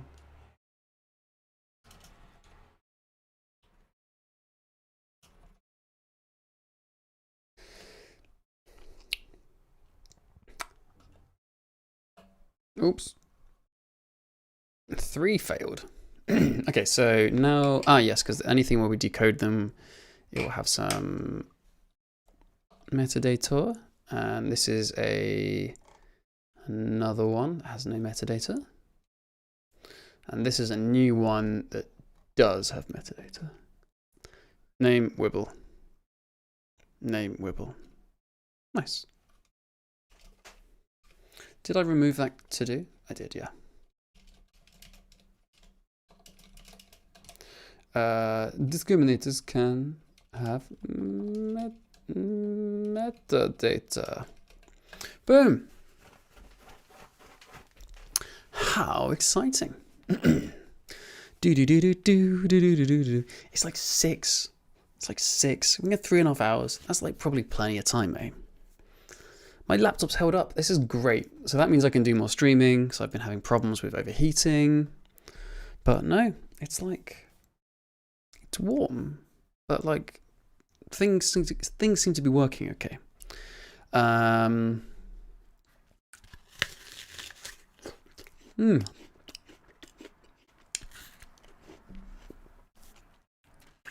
did this mostly because I want to see what it looks like.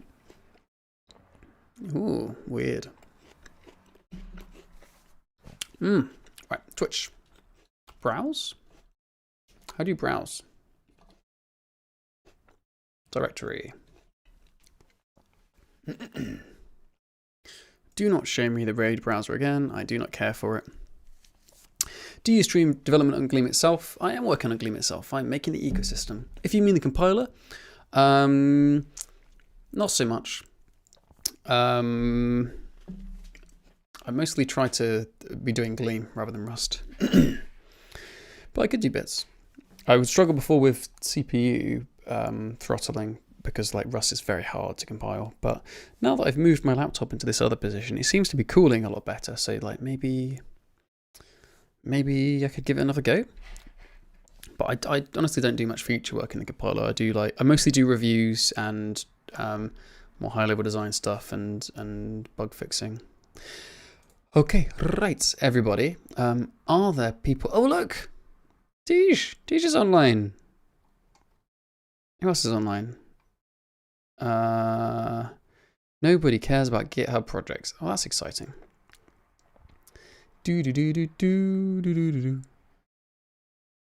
Wow, that looks terrifying. What is going on here? Fortnite. Thanks for stream. No worries. Let's see what Tej is up to, and then we can potentially join in with the fun.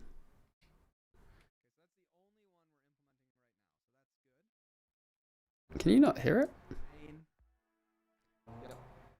Good. Okay.